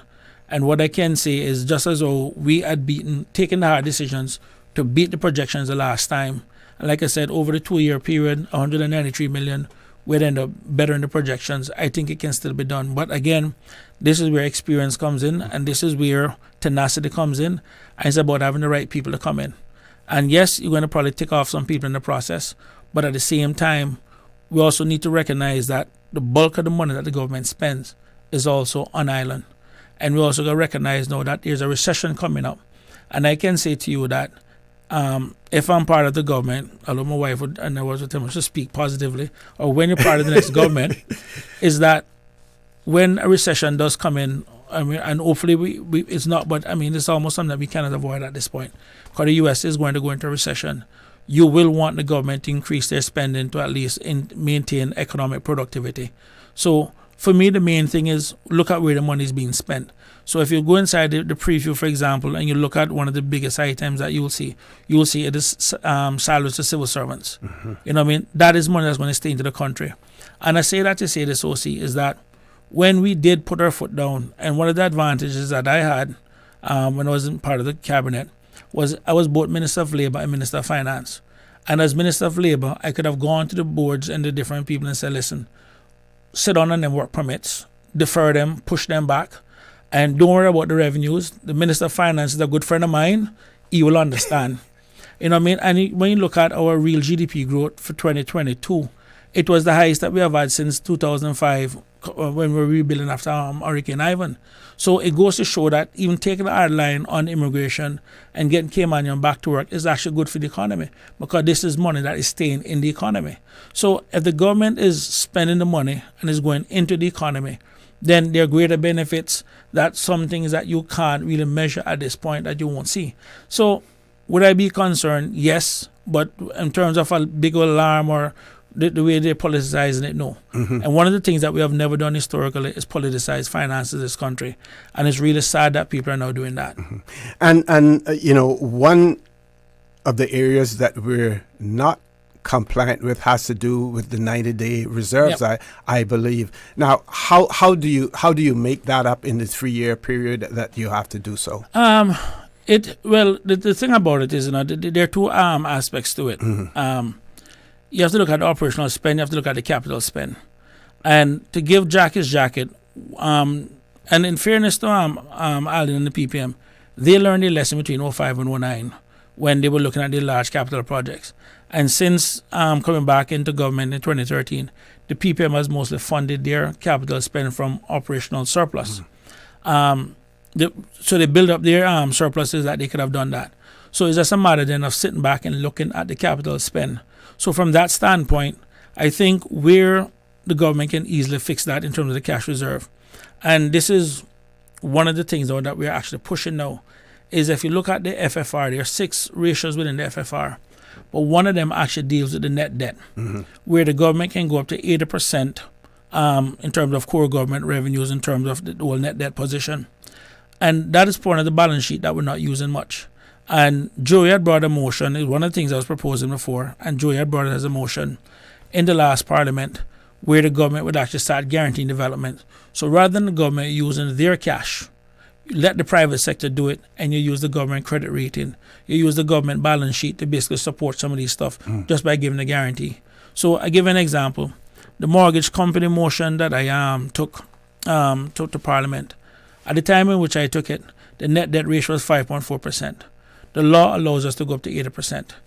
If we had gone out, and I remember the Premier at the time was offering me $3 million to help with to give to CIDB to assist with mortgages. And I'm like, Premier, you're talking about $3 million. I'm looking $300 million. And had we taken that $300 million, that net debt ratio moved from 5.4% to 20%, well below the 80%. So rather than go out and build homes yourself, offer the guarantee, yes, it's still part of your ratio, but you know what? Let the private sector do it. And then you use the government credit worthiness and everything else, and the government don't have to use their cash. So that is one way of not using the government cash, is to get the private sector to do it. And then that at least would allow us to basically comply with that. But I think at the end of the day, I am almost confident that whoever the next government is, if I'm definitely part of it, I can assure the people of the Cayman Islands that there will not be a deficit for 2025 at all. That much I can say. Can you talk a little bit about the line of credit that had been secured, I believe, by the previous administration, and what you decided as Minister of Finance, and of course with the concurrence, of your cabinet members as well, because people still ask the question about that, not realizing what has been done with it. So here's a platform and an opportunity I can tell you to tell us exactly what occurred. At that point, when interest rates were 3.25%, you could not have gotten interest rates any lower than that. And we basically borrowed the money at 3.25%. And what we basically did was other government entities that had loans that were more expensive, we basically gave them the money to pay off those loans. I mean, at a high interest rate, so those paid us off. We lent like the Airports Authority money and so forth, rather than them going out again and borrowing money. And then the bulk of the money, we actually went out and we bought U.S. Treasury bonds with it. And one of the things, and I can send you the analysis later on, but where that 6-month period when after I left and Premier Pandon to the Ministry of Finance, that was where the train came off the tracks. If you look at the amount of cash that we went through, I mean, when we left, and I don't remember numbers offhand, but we were well up there with cash. And in that 6-month period, I mean, the amount of cash that got burnt through. Again, and you see, this is the problem when, if you understand the Westminster system, the Minister of Finance and the Premier was never meant to be the same person. Was never meant to be. So Chris would have developed a reputation of being very difficult to deal with, because as Minister of Finance, when someone came to me with an idea, my first response is no. No, make the case why it should be a yes. So I never had to worry about, team unity or keeping the team together. That was never my job. That's the Premier job. So no, you can't be the one holding the purse that when ministers come to you and say you need so-and-so, and you tell them no. You have also, did you tell them no as Premier? Did you tell them no as Minister of Finance? And do you think they were looking at you as being Minister of Finance? No. They look at you as being Premier, basically being difficult. So from that standpoint, when you decide to wear both hats, that's the challenge that comes with it.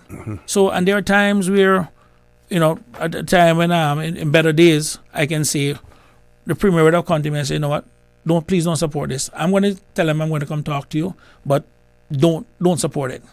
And that worked out fine. Where he was like, well, let me speak to Chris and see what we can work out. Of course, he already told me to tell him no. but at least he had that option, you know.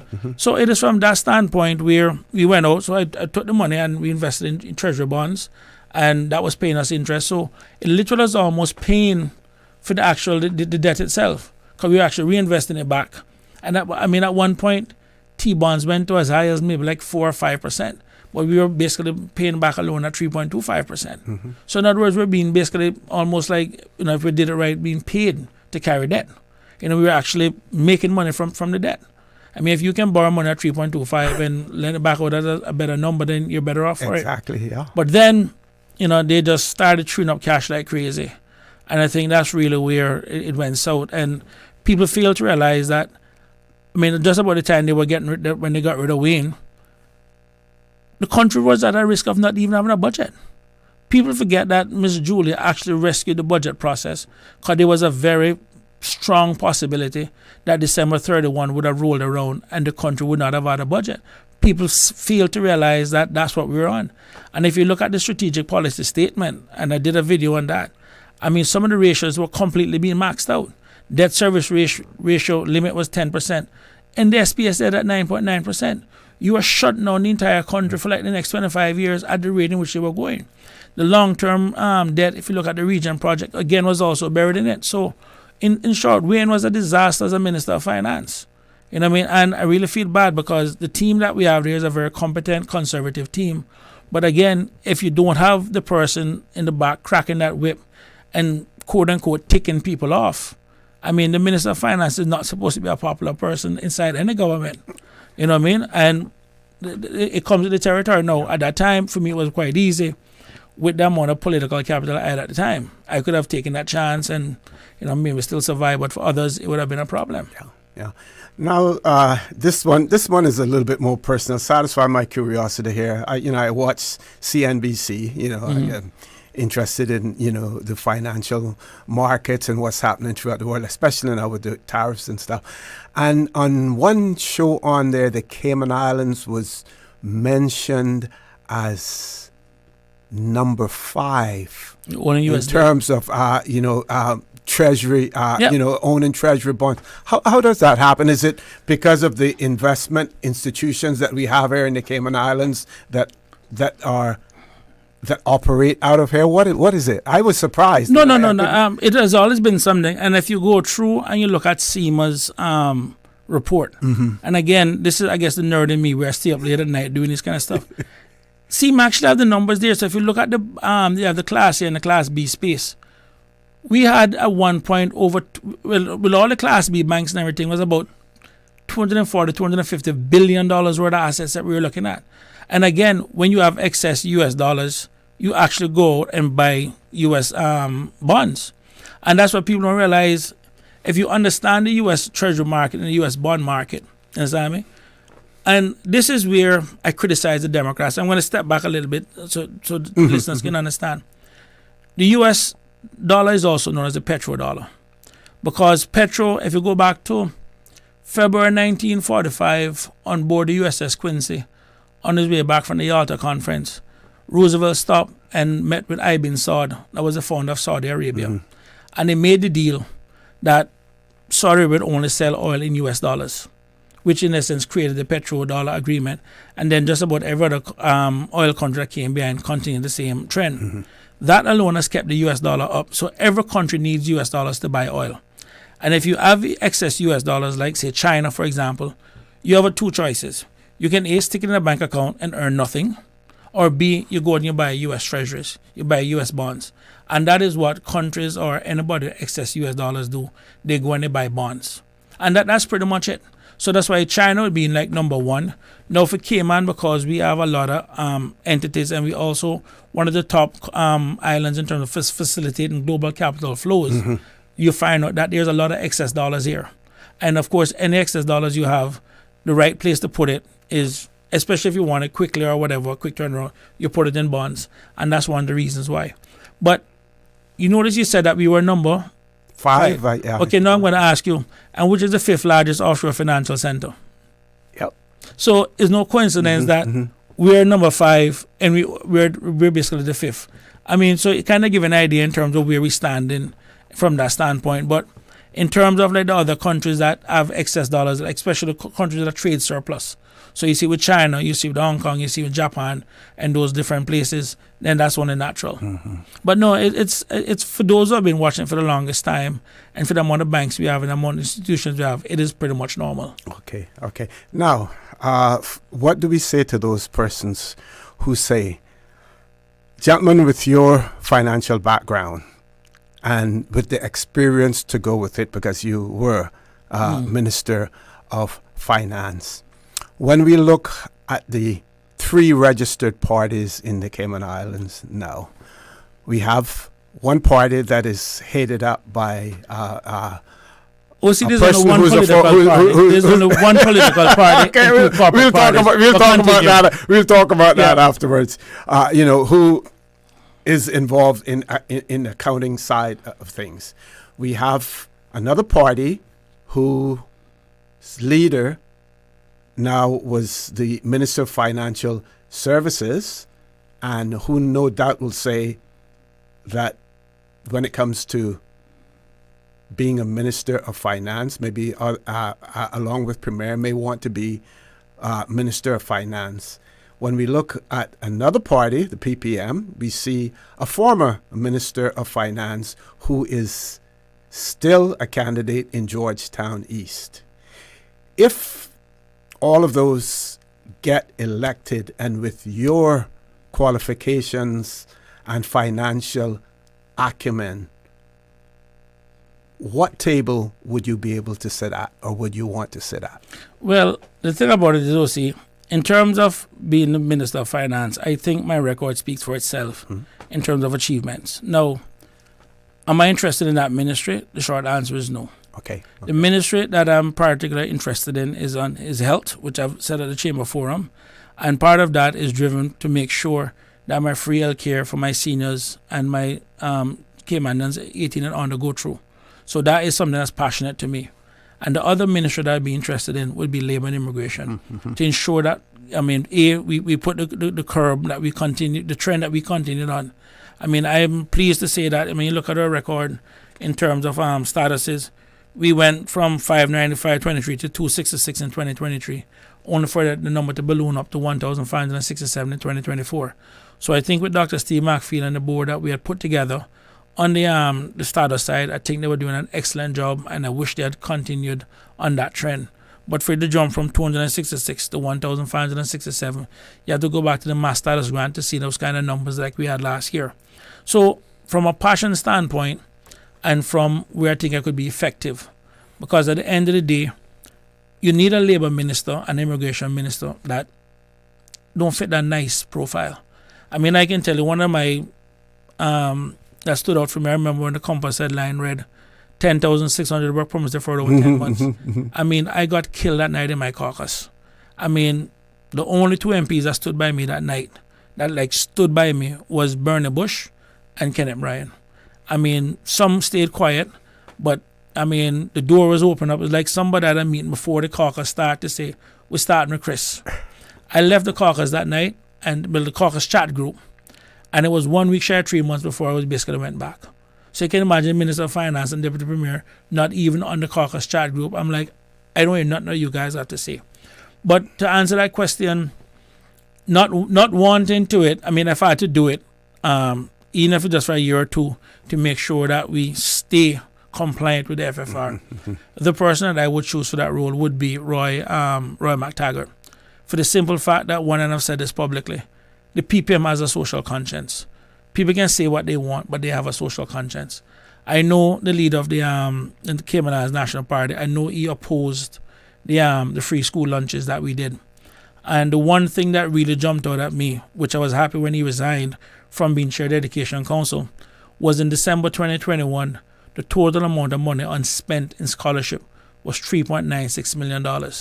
And for me, that is money for us to invest in our people. That is money for us to invest in the future. You do not get credit for not spending that money. Because in December 2021, when that money was unspent, it could not carry over to the next year. And I know many Caymanians who wanted to go do masters, who wanted to go different courses.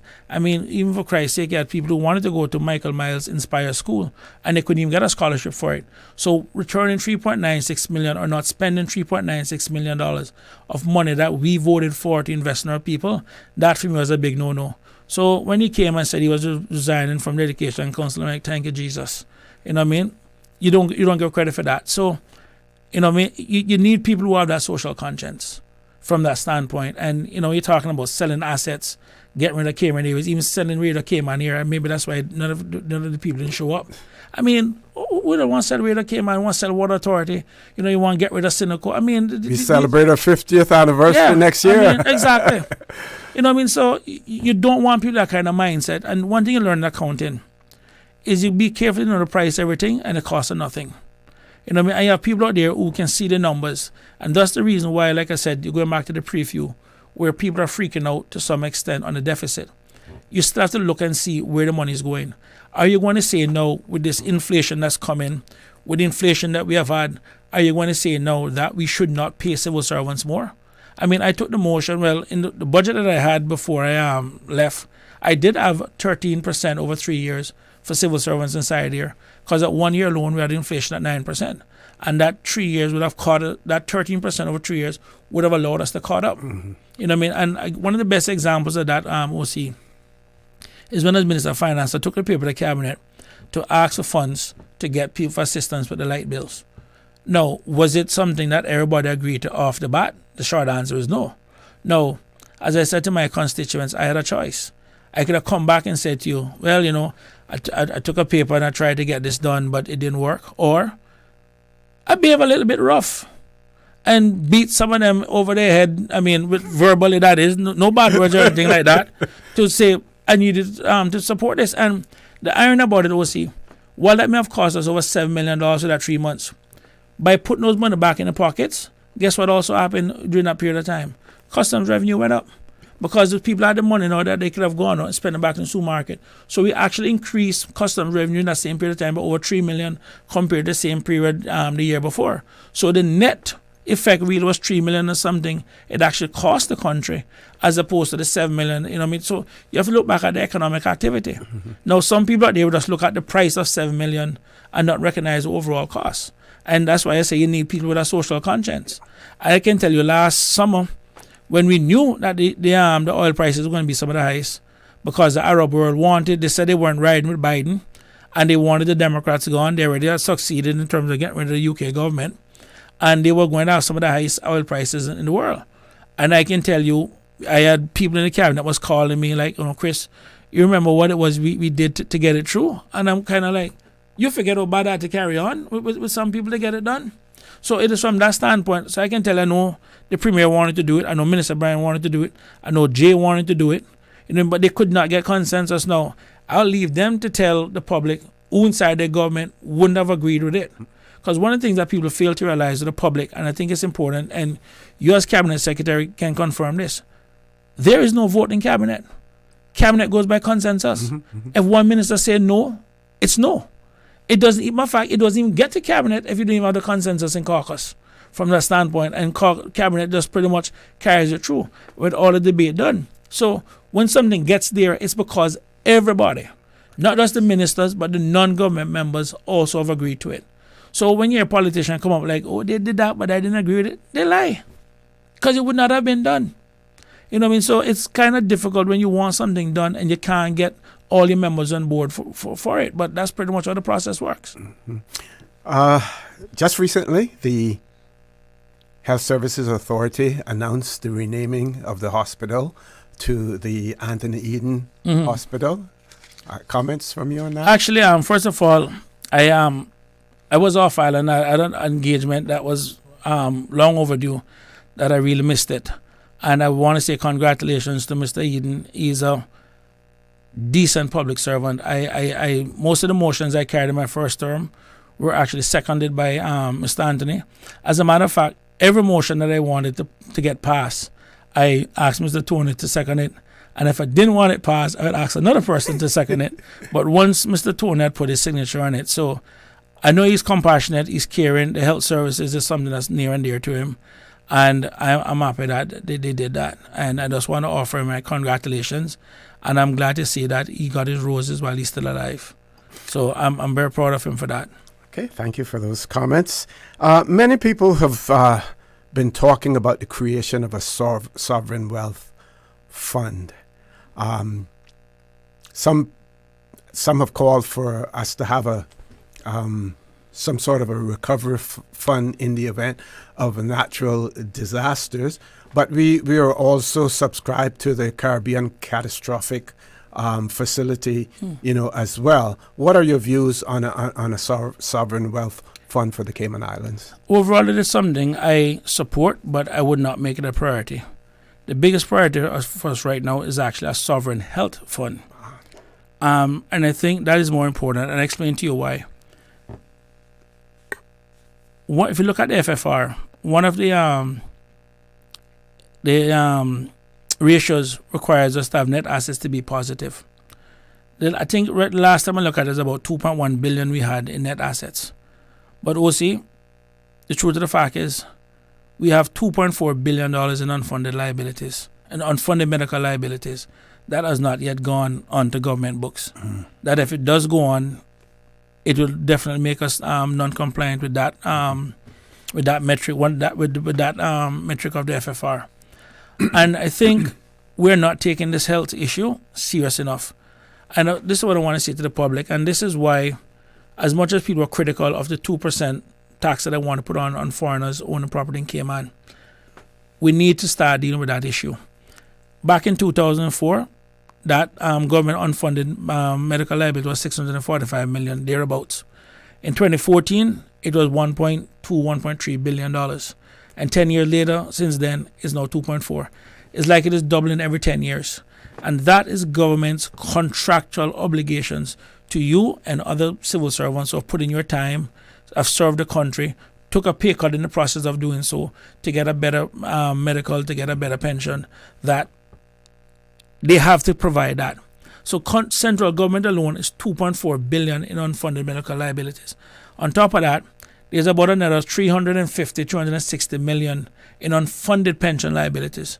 So central government alone, no, that one is actually on the books. That one is on the books, the unfunded pension. But central government alone has $2.8 billion in unfunded liabilities between pension and health. Now, if I go over to the statutory authorities and the government-owned companies, the SAGCs, you put in Cayman Airways, you put in Port Authority, you put in Health Service Authority, you put in Turtle Farm, you easily another $1 billion again.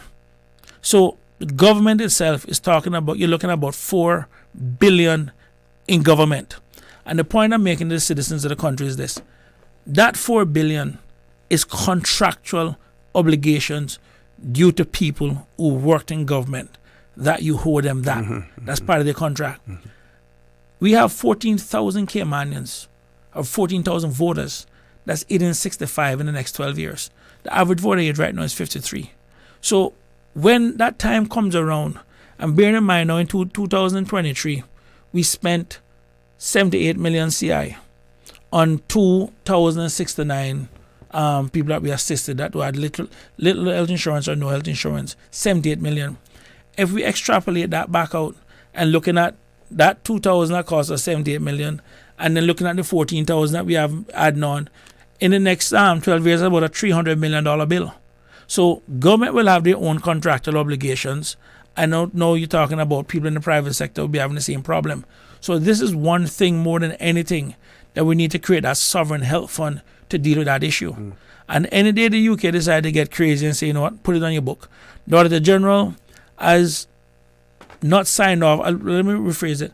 The Auditor General has been issuing adverse opinions on government EPS, government financial statement, for the last 10 years. Government entire financial statements have received an adverse opinion from Auditor General. They have not been signed off.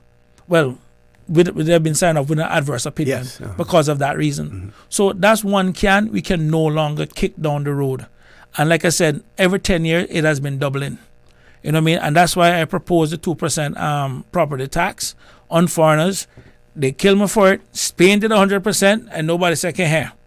But at least we wanted to start building up that kind of sovereign health fund, because at the end of the day, we're still a 95% service. 95% of our population makes their money from providing a service. And OC, we can't be in a situation.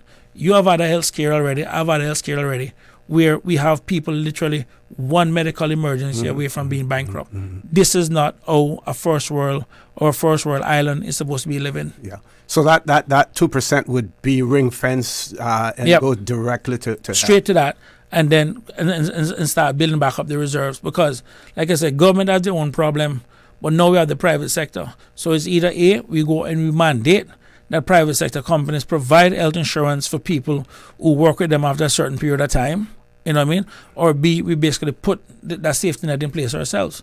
Now, recognizing that 70% of most of our people are employed by small to medium-sized businesses, those businesses cannot really afford it. You know, and that's one of the reasons why we've been trying to get that done. And this is one of the reasons why, even in my manifesto, we're pushing now to firm up the language that there's really no retirement age in the private sector. All you really have is the age in which you stop paying pension. Government has a retirement age, and government needed that when they only had a defined benefit pension plan. But the minute the government went to a defined contribution plan, they should have done away with that retirement age. So if you're healthy and you feel like you want to work, it's up to you. If you think you have saved up enough and you say, you know what, I'm ready to retire, that's up to you. That's your call. But, you know what I mean, you have women living to 84. You push them out at the age of 65. What are they going to do for the next 19 years? Banks don't want to give them no credit. Nobody want to touch them because they have no income or anything coming in. That's a whole generation right there. You can't do that. And then when you consider in the private sector also that, you know, you have a 10% contribution rate, it takes you 10 years to save 1 year's salary. You work 50 years, that's 5 years' salary. You know what I mean? And I wouldn't even say money going even doubling that 10 years. You know, if you get pushed out at 65 and you live until 84, that's 19 years, you got 5 years' salary. Where do you think you're going to be for the next 14 years? Exactly. You're going to be part of that $78 million that the government spend for people in the private sector that have little or no health insurance. So we might as well just bite the bullet and put in the safety net from now. Okay. Let's talk about your constituency office. We've heard criticisms from people saying you don't have a constituency office. Tell us how you reach your constituents first of and how all, they reach you. My constituency office is in Countryside. My office manager is Kayleen McLaughlin. And also, I want to say one thing. I worked with Kayleen at HSBC before. Okay. And what I'm saying, I have permission to say it. Kayleen has MS. And I watched Kayleen some days where, I mean, MS is something that will attack your nerves, where Kayleen can barely walk. Kayleen still get up and go to work. And yes, my office may not be on the front page visible like everybody else, which I'm quite frankly, I'm happy for. Because you know what? When people are coming to you for help, they at least can maintain their dignity. The office has been at Countryside. It's been there for the past 8 years since I've been elected. There has been, at the time we were looking at to get a house in Bodden Town in my community, we have limited commercial spaces, I mean, inside Bodden Town West. And what we were basically being quoted for a house to have rented and then put on security and light and all that thing would have basically been way too much. So, and then on top of that too, I also have kids that each month I send them like $200-300 a month to help with their college fees and all that kind of stuff. Little money, for little spending money and so forth. That is what it is that I do. So my office runs me about $1,000. We have we get $5,000 a constituent allowance. So with that we can get some gift cards with it, like for different utilities, supermarkets and so forth, to help seniors and so forth. So, and allow people to preserve their dignity. And it's ironic that I remember one summer, even my back to school, I had COVID and I couldn't go around and do my deliveries because I normally go to people's homes if they really want to see me. And we ran 200 bags from out of the office. So everybody who needed to find the office. But because you're not flamboyant with a big old house up front, you know what I mean? Like I said, I don't have the money that those guys have, where they can even not being elected, rent a whole house off the main road, you know, with light, AC and all that kind of stuff there. It just wasn't happening. And the only commercial space that was available to me at the time in 2017 when I got elected was in Countryside. You know what I mean? That we found affordable. And we found a place, it's nice. Matter of fact, even right now, I have other candidates using my office as a meeting place for them and their constituents. So I hear it. it don't bother me, but it bothers me in the sense that seeing how Kayleen works and the work that she does, and she gets up every day, I mean, whether she's sick or whatever, and work. I mean, that bothers me because it's basically saying that my office manager, who puts out a lot, doesn't do anything. Like, she's not in the office, she doesn't go to work, when in fact she does.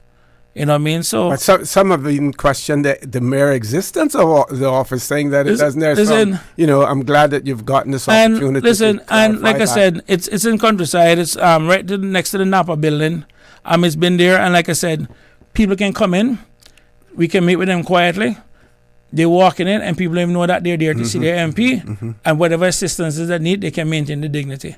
And that's why OC, dignity is one of the big things for us on this, where you pull up at some other people's office, as soon as your car park out front, people know you're over there, and they're like, wonder where they're over there for. And most of the time when people do go into the MP office, it is assistance that they're looking.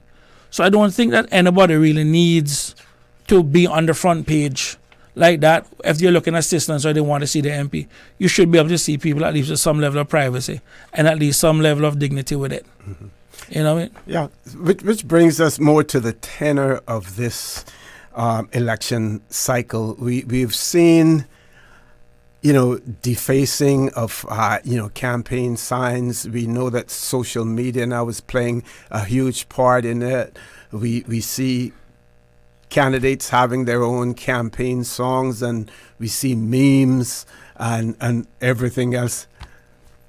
How do you endure all of that? I can say this much.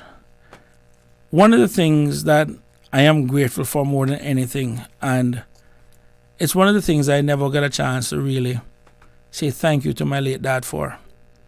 I'm the only boy of 5. And my father decided he didn't want me to grow up around my 4 sisters and be no sissy. He needed somebody tough to take care of his woman after he left. And that is how I ended up going to school in Jamaica. The one question I didn't get a chance to ask my dad was, what behavior did I did? Did he come on one day and see me playing with a dolly, or my sister's plaiting my ear or something? He's like, this boy can't stay here. I don't know what it was that triggered it. But nonetheless, those 8 years in Kingston and my 4 years in New York made me appreciate Cayman more than anything. And there are a lot of things that we take here for granted. And I can tell you, despite our challenges, this is still one of the best places to live and work on the entire planet. And that's why everybody who comes here don't want to leave. And the only people who don't really appreciate what we have is our own people. I say that to say this. When you look at the candidates that we have had some really good candidates in the race, and there are some candidates that hope to God they lose. I judge politicians not by these public forums. I judge them by when we are in the back room sitting down having a conversation and there are no cameras, and you get to see their real metal. You're a member of the Business Staff and Plan Board. No, I'm not going to ask you to get into any secret, but you can remember the day when a member of cabinet came inside here with a member from the private sector who built his reputation from getting expat work on this island, and basically come in and say to the Business Staff and Plan Board, you know what? This is the gentleman that's going to tell you what permits are approved in the financial sector, in the financial services or not. Now, the gentleman and you won't allow you to speak of board secrets, but I can tell you, because members had called me that they're upset. And then to have this person have the audacity and the temerity, after going into the Business Staff and Plan Board, that was putting their foot down in terms of making sure Caymanians get opportunities. You're going to take, I use the word, somebody from the private sector. I'm not going to get into New Cayman or whatever distinction, and have the audacity and the temerity to tell the Caymanian people enough is enough. Really? Really? After you've gone inside there and said this is this, when we're putting our foot down on work permits, the main leader of the Cayman Islands National Party round up all of the different partners them from all the accounting firms to come sit down with me to say, well, boy, what can we do to get some of these permits through? Really? Do I look like I'm in the business of just willingly telling people to go through with permits? And let me tell you, the gratitude that this country have for Maxine Bodden, for Richie Barton, and for Dr. Steve McField, the chair of the board during my time, they could never pay them. Because let me tell you something, OC, this headline here, more than anything, 10,600 work permits for over 10 months. I pride myself on that. And as much as I took licks from my colleagues from it, I pride myself on it. Why? Because our real GDP growth during that entire time was the best ever since we were rebuilding after Ivan. Because it goes to show that once you look out for Caymanians, it is good for the economy and it's good for the country. And that is what it is that we need. So when these guys getting up with all of these kind of stuff, let me tell you something. The people need to chase away these social workers. We got people in government that we pay to do social work. We have people in government that we pay to clean up garbage. We have people that we pay to do all this kind of stuff. You're not paying policymakers and legislators to go clean streets. You're not paying policymakers and all that to go around and do the social work type stuff. You're paying us to pass legislation and implement policies to make people's lives better. And I tell people point blank, I refuse to get into that social type, fun type business. That doesn't help the country. You need people who are focused and recognize that, listen, we got serious issues. A recession is looming. There's a global reset that is happening. You need people who understand these things and can make sure we prepare and position the Cayman Islands to get through these things. Okay. I've been asking a lot of questions. I want to give you an opportunity to place the focus on some, of the items in your manifesto. And I know you take all of them serious, but I'm quite certain that there are some that you're more passionate than others about as well. Well, one of them, about some of them. OC, as I said before, one of the things that I focus on is I sit down and I think about what is it that keeps people awake at night. Mm-hmm. What is it that keeps me? And I can tell you, in 2006, having life-saving surgery, I went to work one day. I woke up, I was in the hospital. A week later, I was in Cleveland Clinic fighting for my life. And at that time, I was actually sure I was going to die. I actually wrote my obituary.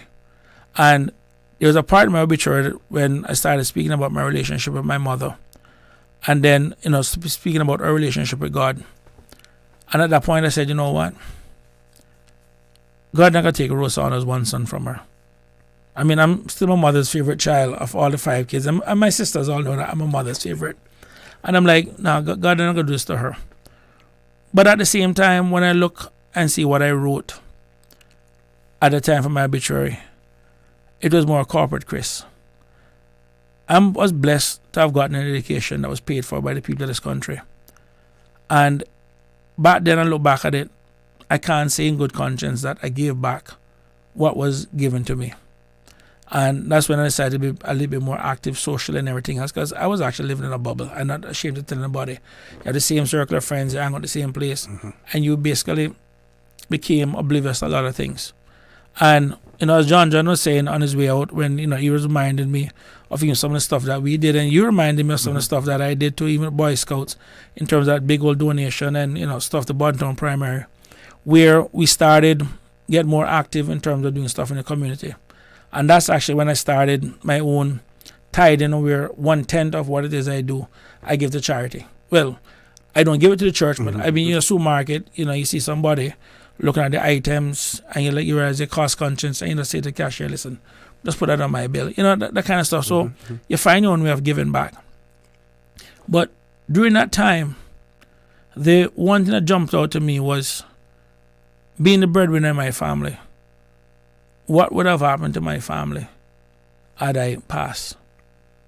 You know what I mean? And it is at that moment I start saying, you know what? That safety net isn't there. And just as it wasn't there for me now, I've been blessed in the sense that I've had really good paying jobs. I mean, being CFO of a bank, especially a Class A bank, does pay well. The bonuses are good, everything. But my wife would not have been able to maintain, XYZ. And then even when I got sick, I was fortunate enough that I had employers, I worked with people with deep pockets that could have afforded or taken care of me while, I was out. Other people didn't have that. And this is the reason why I want to push the safety net in the sense of coming to this manifesto. One of the things that we wanted is that pensions, regardless of whether you're a public servant or a private sector, is that if you have an emergency, you can withdraw $5,000 from your pension. No questions asked. $5,000 emergency. And that's like a one-off. You can do like maybe once every 2-3 years. We can work that out in legislation, you know. And then at the same time too, up to $18,000 you can withdraw like over a 2-year period. You know what I mean? That is important to me. And what triggered that for me was there was an article in a US magazine that said 40% of Americans could not find $400 if they had an emergency. And then I asked myself, how many people in Cayman would be in the same situation? And it makes no use that someone is sitting on $78,000 and $90,000 in pension, that they need $5,000 right now. It's not material to the overall pension, but if they need $5,000 right now, they could not get it. And that's the reason why dignity is very important to me. So with that $5,000, that is for both public servants, people in the private sector and people in the public sector, that emergencies does happen. It do happen. I'm not saying to people to go out and do any crazy stuff, but at least you can go to bed knowing. And while the pension company may not be able to give it a $5,000 instantly, once you can have that approved, the bank at least can say, well, we know you're going to get it, we can give you an overdraft. So you can quickly get that money from that standpoint. You know, so that's important to me. The next issue for me that's in the manifesto is reverse mortgage. That is near and dear to me. Once you reach 60, 65, outside of a credit card, a bank don't even want to look at you. And the two things that you need, let me rephrase that. The only way that has been proven thus far, the only way to grow any economy is to have policies and legislation to expand the middle class, to protect the middle class. Because that's the only group in your country that pay taxes. The poor people don't pay it because they can't afford to pay it. And the rich people don't pay it because they pass it on to the middle class. So it's about expanding the middle class. And the two things that you need available for the middle class to grow and to work is access to capital and access to credit. There are a lot of Caymanians out there that have great business ideas, good business ideas, and cannot get it through because they don't have access to capital. And there are sometimes where people in a jam, especially for education, the kids are away at school or some emergency, they need access to credit. So the whole theme for us is getting more access to capital and having more access to credit for our people in this country to basically to expand the middle class, to create opportunities. So that for me are two of the main things that I want, is at least people having that safety net. And then of course now the big one for me, Can I ask a question before we go to that? Would this access to capital and credit, would that involve the some restructuring of the development bank? Actually, no. Bank? It's actually creating a new entity called the Cayman Islands Mortgage Company. Now, that motion already passed. Now, and the reason why I said that is that the development bank is regulated by Seymour. And I think that was one of the mistakes that they made in terms of the development bank, because once you use the word bank, then you need Seymour's permission to use it. And while it was well-intentioned, Seymour is mostly there to protect the public. There's no public deposit going into CIDB. It's only government money that's going inside there. So to put them under that regulatory regime of Seymour, if you go tomorrow and you set up a lending company where you're lending money, you don't need to be regulated by Seymour because you're not taking money from the public. If you want to take up your own money and decide I'm going to start a lending company, that's just a regular old company for you. So why we wanted the Cayman Islands Mortgage Company is that, one, we wanted that company to issue bond. And the reason, when I used the example before, the $300 million, is that we wanted $250 million for loans, and we wanted to set aside $50 million for reverse mortgages. Because most people's asset is their home. What's the use of having an asset if you reach 60, 62, 63, and you need $100,000, $50,000, and say, you know what, between that, my monthly pension, I got my free healthcare now, I'm going to go on a couple of cruises now. I already tell my kids, I say, listen, you're not getting this house free and clear now. You're getting this house with 50% equity in it because your mom and your dad are going to be taking this money out, and we hope I live long enough I can go travel and do some travel and enjoy myself. So I'm giving you a head start of 50%, but I'm going to go enjoy myself, you know what I mean, from that standpoint. But at least you start giving people options. I'm not saying that you need it, but if you want to, the option is there. No, I'm not going to say that this is an original idea of mine. It isn't. Other countries have done it. My job is to go around, stay up late at night, do research and steal people's ideas. That's what I do. You know what I mean? So that's one of the things I want. And I've seen too many seniors who, again, have kind of felt a little bit of their dignity leaving them. And so we need to do stuff to close the dignity gap. And that's why that dignity is a really big thing for me. That if you're helping people, you notice none of my manifestos ever, you will see, even though I may do 200 school bags a year, you will never see Chris out there in terms of showing what I do in that regard. Because there's some things, that was actually one thing I was doing even before I got elected in politics. You know what I mean? And I intend to continue doing that even after I leave politics, because that's my way of giving back. You know what I mean? I had people who helped me when I was going to school, and that's just my way of giving back. So, but it's all about the policies. You know what I mean? It's about that safety net. And one of the things why we wanted the healthcare protection fund is that if people get sick, which is the second part of the fund, if people get sick, government will actually, well, the fund, I should say, will actually help with some of your monthly expenses. So at least you don't have to worry about your leg getting cut off and, you know, all different kind of stuff. So there's stuff out there that has to be done. And one of the main priorities I can tell you for any government coming in right now that we need to go tackle is CUC. And the two things we need from CUC is utility grades, utility scale solar and LNG. If we can get those two things in, we can easily probably get the fuel factor rate down to about 10 or 11 cents per kilowatt hour, as opposed to these other crazy stuff that we're doing in terms of attacking the cost of living. So if you look at the cost of living, 49.6% of the CPI basket is on your mortgage or rent costs, and also your fuel costs to some extent, and that kind of stuff. So we can tackle those two things. We'll pretty much start tackling down the cost that comes in. And this is what I'm saying to people. These are the things that we need to be focused on. These are the kind of policies that we need to be focused on. Last week, Minister J and I we met with CUC, you know what I mean? And we said, like, listen, what is needed to get your fuel factor down? And they gave us a nice presentation and say, well, you know, if you guys can do this, let's get that done. And the last thing that I really want to touch on, OC, that is critical to this country, and it is because if you need any further proof of how dangerous the special interest group is in this country, this next issue is a living proof of it. We need another undersea cable.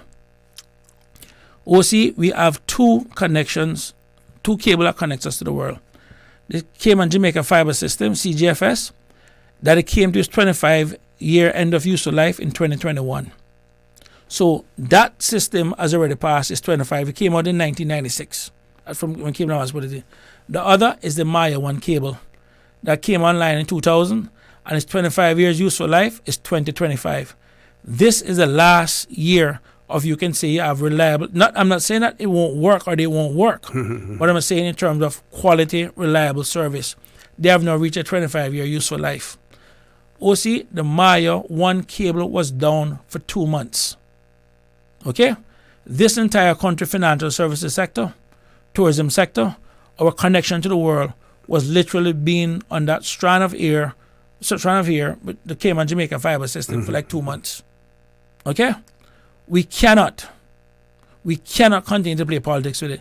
In the last government, when we first went in, we put 30 million CI inside there because it would have cost us 50 million over a 4 or 5 year period to get that cable in. We put in 30 million CI in the first 2 year budget to start that cable. And OC, it is because of the special interests and people pushing for particular people to get this project and all that kind of stuff, why the country is at risk. And I'm telling you, this is what is wrong with our country. People don't see the special interests, and OC, I'm telling you, it is not as bad as people think it is. It is worse. Things can't get done in this country because people have their friends line up to profit from it. And if they can't see where they can profit from it, they stop it at the risk to the country. Our financial services industry is at risk without another submarine cable. I went last year to a meeting. Some guys came in town. We were talking about AI. And a friend of mine told me that they were there, and I said, I need to meet these guys. Sure, not A1 like the Secretary for Education in the U.S. Yeah. A1. Yeah, I know. That's a good one, yeah. Oh, God, she need a... Oh, God. But we met with them. I said to my friend, listen, I need to meet with these people because I want to see what legislation... because Biden at that time was issuing a lot of executive orders, and Europe at that point was looking at some legislation. So I wanted to see what I could go out there and meet with these people to borrow. Emphasis on the word borrow. To see, to make sure Cayman is ahead of the curve. When I went there, he said to me, Mr. Saunders, this is going to be a very short meeting. That's what I mean. He said, you don't have the infrastructure to take AI in your country, so don't even bother. Go get on the undersea cable and come talk to us. Meeting was shut down. Quickest meeting, 5 minutes. After that, we sit down and start chit-chatting about other stuff. Wow. That was it. He said, you don't have the infrastructure to be taken serious. My question was, what do Cayman need to do to position herself to be a leader in the Caribbean and a leader in the region with regards to AI? That was my question. Man shut me down within 5 minutes. You don't have that problem. You don't have the infrastructure. Wow. So when we get up and talking about AI, the amount of bandwidth that you need and all that kind of stuff. And then on top of that, when we started exploring it, we had other countries were saying, listen, we wouldn't mind running a cable to Cayman and then you guys transit up for us. Move the traffic up for us. So we could have moved Cayman to literally a central hub between Latin America, Central America, South America, and going to North America and elsewhere. Lost it completely. Why? The special interest. So you see people nowadays sending messages around, anybody got internet problems, the internet down. What do you expect?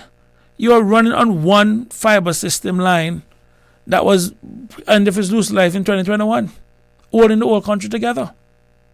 You know what I mean? This is unhealthy. You know?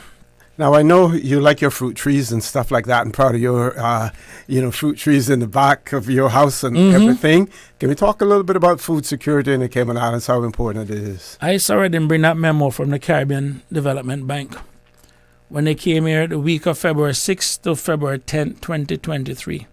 And part of that was that dealt with food security and pushing stuff up.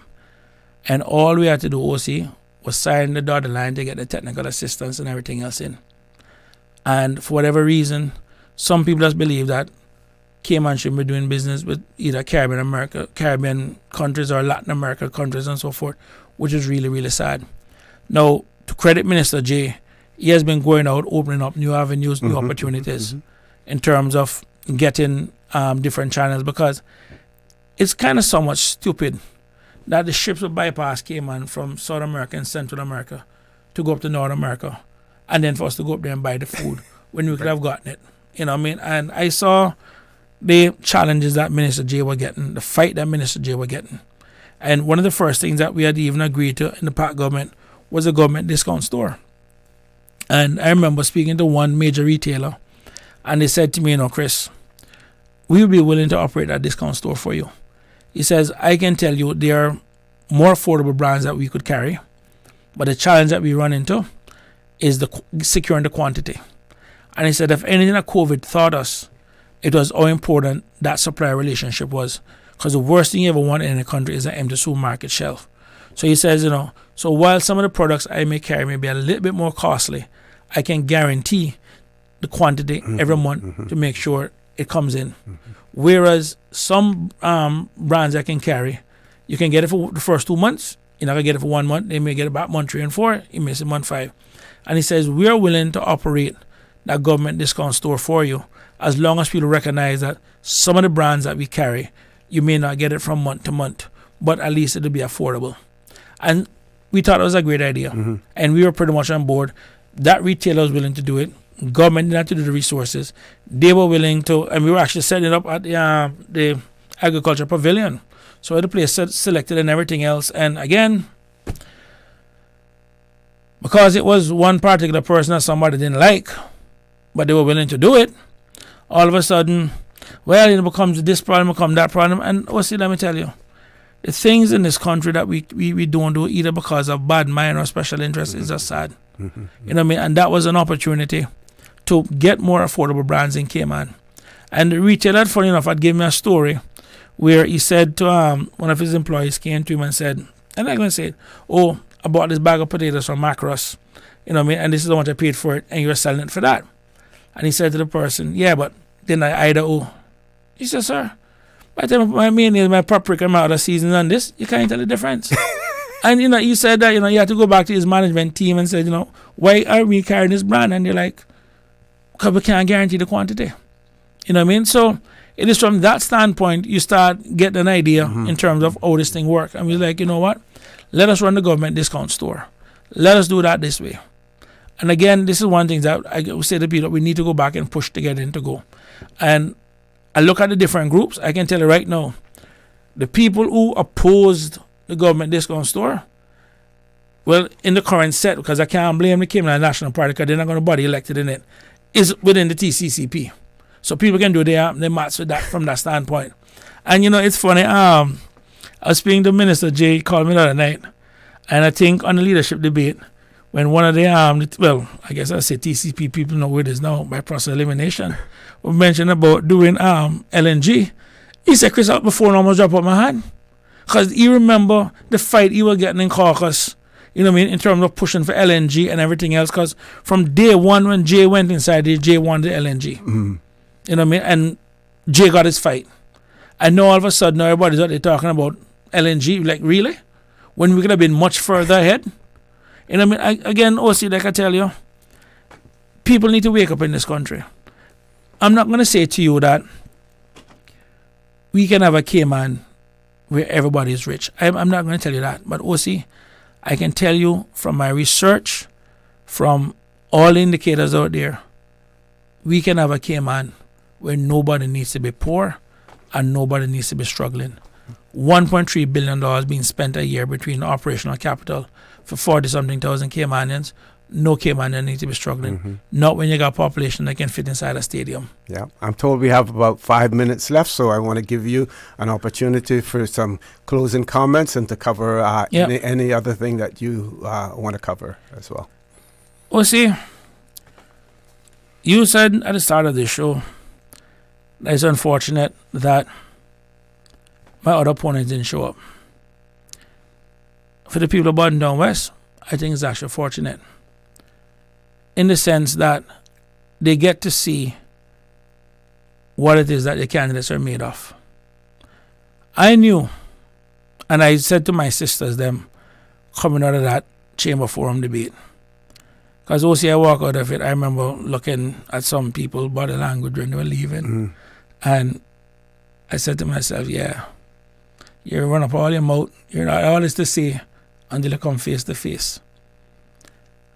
So I know they wasn't going to show back up. Not in this format too, where the questions are direct and we could have engaged each other. They weren't going to come take me on. And people need to understand that the first thing you need in your representative, they need to show up to work. That's the first thing they need to do. And the disrespect shown to the People Station. You can show up at the Chamber of Commerce, one of the biggest special interest groups in Cayman. You can show up to their debate, but you can't show up on the People Radio Station to have this session. That should say something to people about the kind of people you have. Parliament is a place of debate. It's a place where we have ideas, differences, but we have those debates to find consensus. But you have to show up. And this disrespect here tonight speaks volume. Because when you're elected, you need to come and read a Cayman too. And you need to put the government position out there. This is practice and ground. You know, for me, where we the Cayman stand between 2013 and 2017, I spent many Fridays inside of you and Dr. Steve. And so every opportunity I get to come, I don't pass it up. Mm-hmm. Because this radio station right here helped got me elected. And based on this lack of showing up, these guys tonight, more than likely probably going to help me get re-elected too, which I'm fine with. But you need to show up. With that said, what I want the people to sit down and ask themselves is, as we're going around... And you can look into the camera when you're addressing the people. Yeah, well, the camera's right behind. Right there, yes, yeah. When we're going around dropping off this election booklet, and I look and I see what it is that we have done and the trajectory that we were on in this country, I recognize why the shovels came out, why people need to bury me, or try to bury me, I should say. But what they don't realize is it's actually being planted. Because, see, I got thick skin, I don't bend, I don't bow, and as sure as hell don't break. That is who I am. As I said to my, at the meeting I had, I said to my people, listen, I recognize that by nature we are nice. I recognize by nature we are accommodating.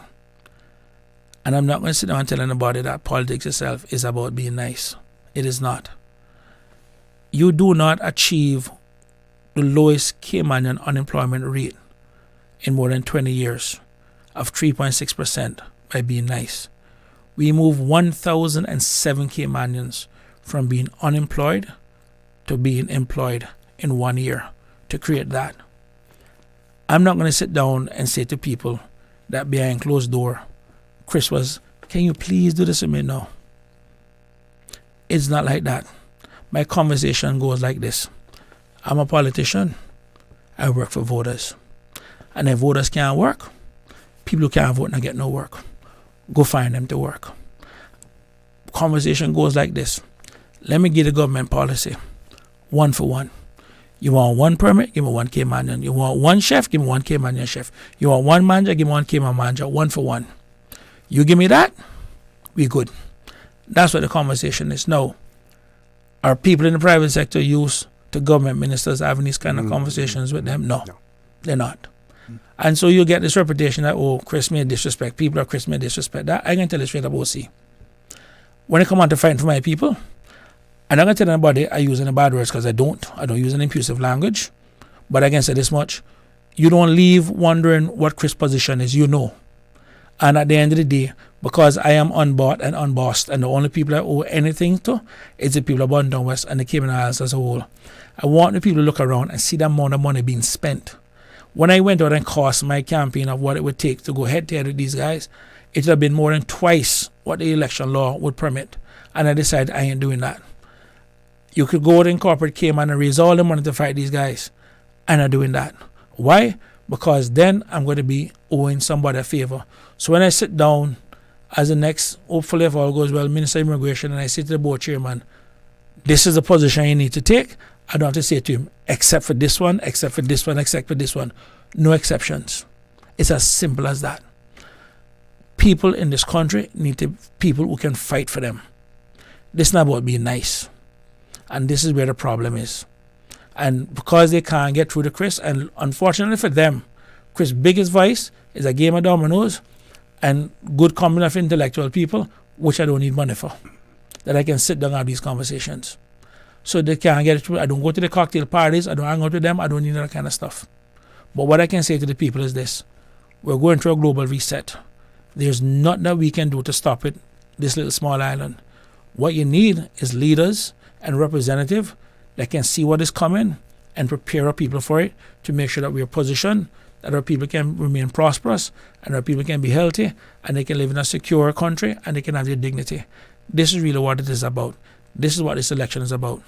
And I can say to people without fear of contradiction, this is my 4th election and this is probably the easiest one because I'm running against 2 special interest groups. As I said to you before, it's on 1 political party. The other 2 is 2 corporate entities. And I want the people to answer this question.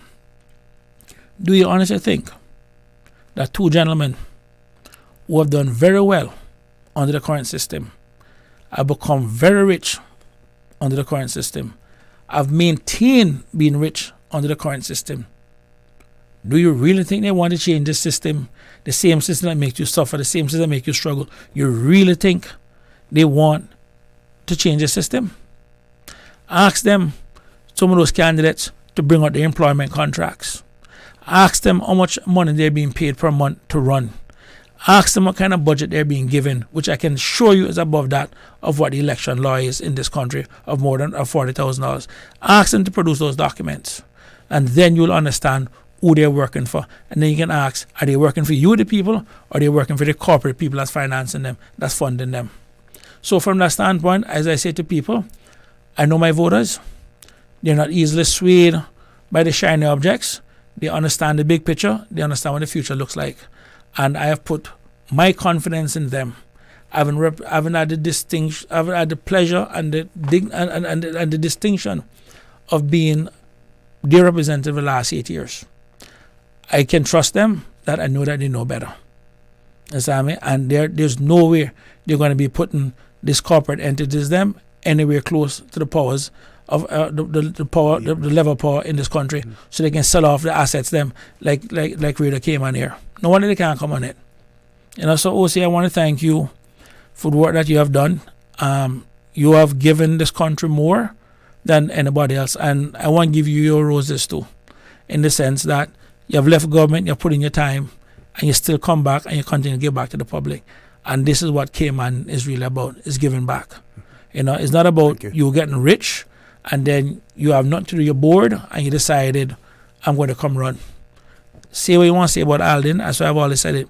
He gave this country, he served this country during his best productive years. And that's the same thing that I want to do. Serve during my productive years when my brain is firing, not when I'm old, decrepit, I've made all the money in the private sector. I know I'm bored now, and let me come out now and can run politics because I'm not going to be able to do it my time. This is not what politics is about. This is what service is about. It has to come from the heart. And that is what we need. People that with a social conscience to look out for our people. And people who can bring our people together. Okay. Mr. Saunders, I want to thank you for being, so frank and, clear in terms of your delivery and, what you've had to say and, in your honesty as well. I want to wish you all the best. Thank you very much. And I ask the people, April 30th, vote Chris Saunders. Okay. One more thing before you go. Yep. Any meetings scheduled between now and... No, we are actually going... The last of my money I already went out and bought some stuff to help my seniors because Easter is coming up. I got kids out of school. I got single parents, and they're going to need assistance. And sometimes the government thing does take too long. So kids are going to be out of school, so my money is already gone there.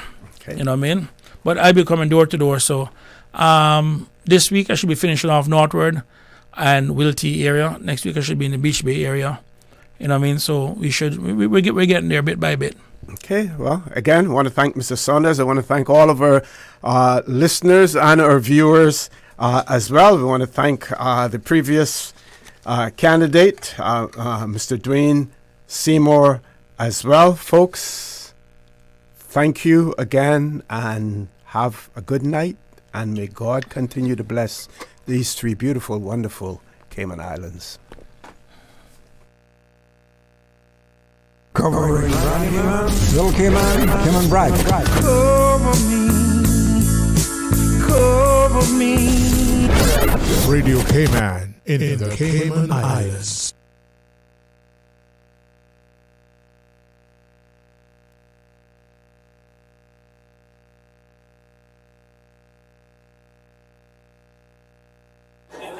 Feeding a crowd? Subway Catering makes it easy. Choose from freshly made sub and wrap platters in 2 sizes, or go for individual boxed meals, complete with a 6-inch sub, cookie, and chips. Perfect for groups of 15 or more. And don't forget dessert. Our freshly baked cookie platters come in 2 sizes, so there's always enough to go around. Visit www.subway.ky to view our catering menu. You can call or email us to place your order. Then choose to pick up in-store or get hassle-free delivery. However you cater, we've got the fresh flavors everyone loves. Subway. Eat fresh. Cater with ease. It's spring savings at Reflections. Shop the red tag sale this April at Reflections. Save on kids, men's, and women's selected style shoes and sneakers. Brands like Nike, Puma, Reebok, and Dockers 50% off. Adidas 60% off. Ladies jeans in select styles at 50% off. And ladies tops from $9.99. Men, step out in your Levi's $5.50. Now 25% off. All accessories and handbags 50% off. Shop the red tag sale at Reflections all month long and be entered to win 2 Cayman Airways tickets. That's mad! Come on, let me in. Oh, I can't cope with Karen in the office no more, man. Another day of her could drive me mad. I got so much laundry to do home. Oh, another message? Man, is traffic not moving today or come on, let me in now. Life is all about the choices we make to deal with the office Karens or sit in this long traffic, or a choice to pursue your dreams to improve your future. UCCI. It's not the classes, the grades, or a piece of paper. It's your ticket for the adventure of your choice. The choice to live your dream. Stop waiting on the path.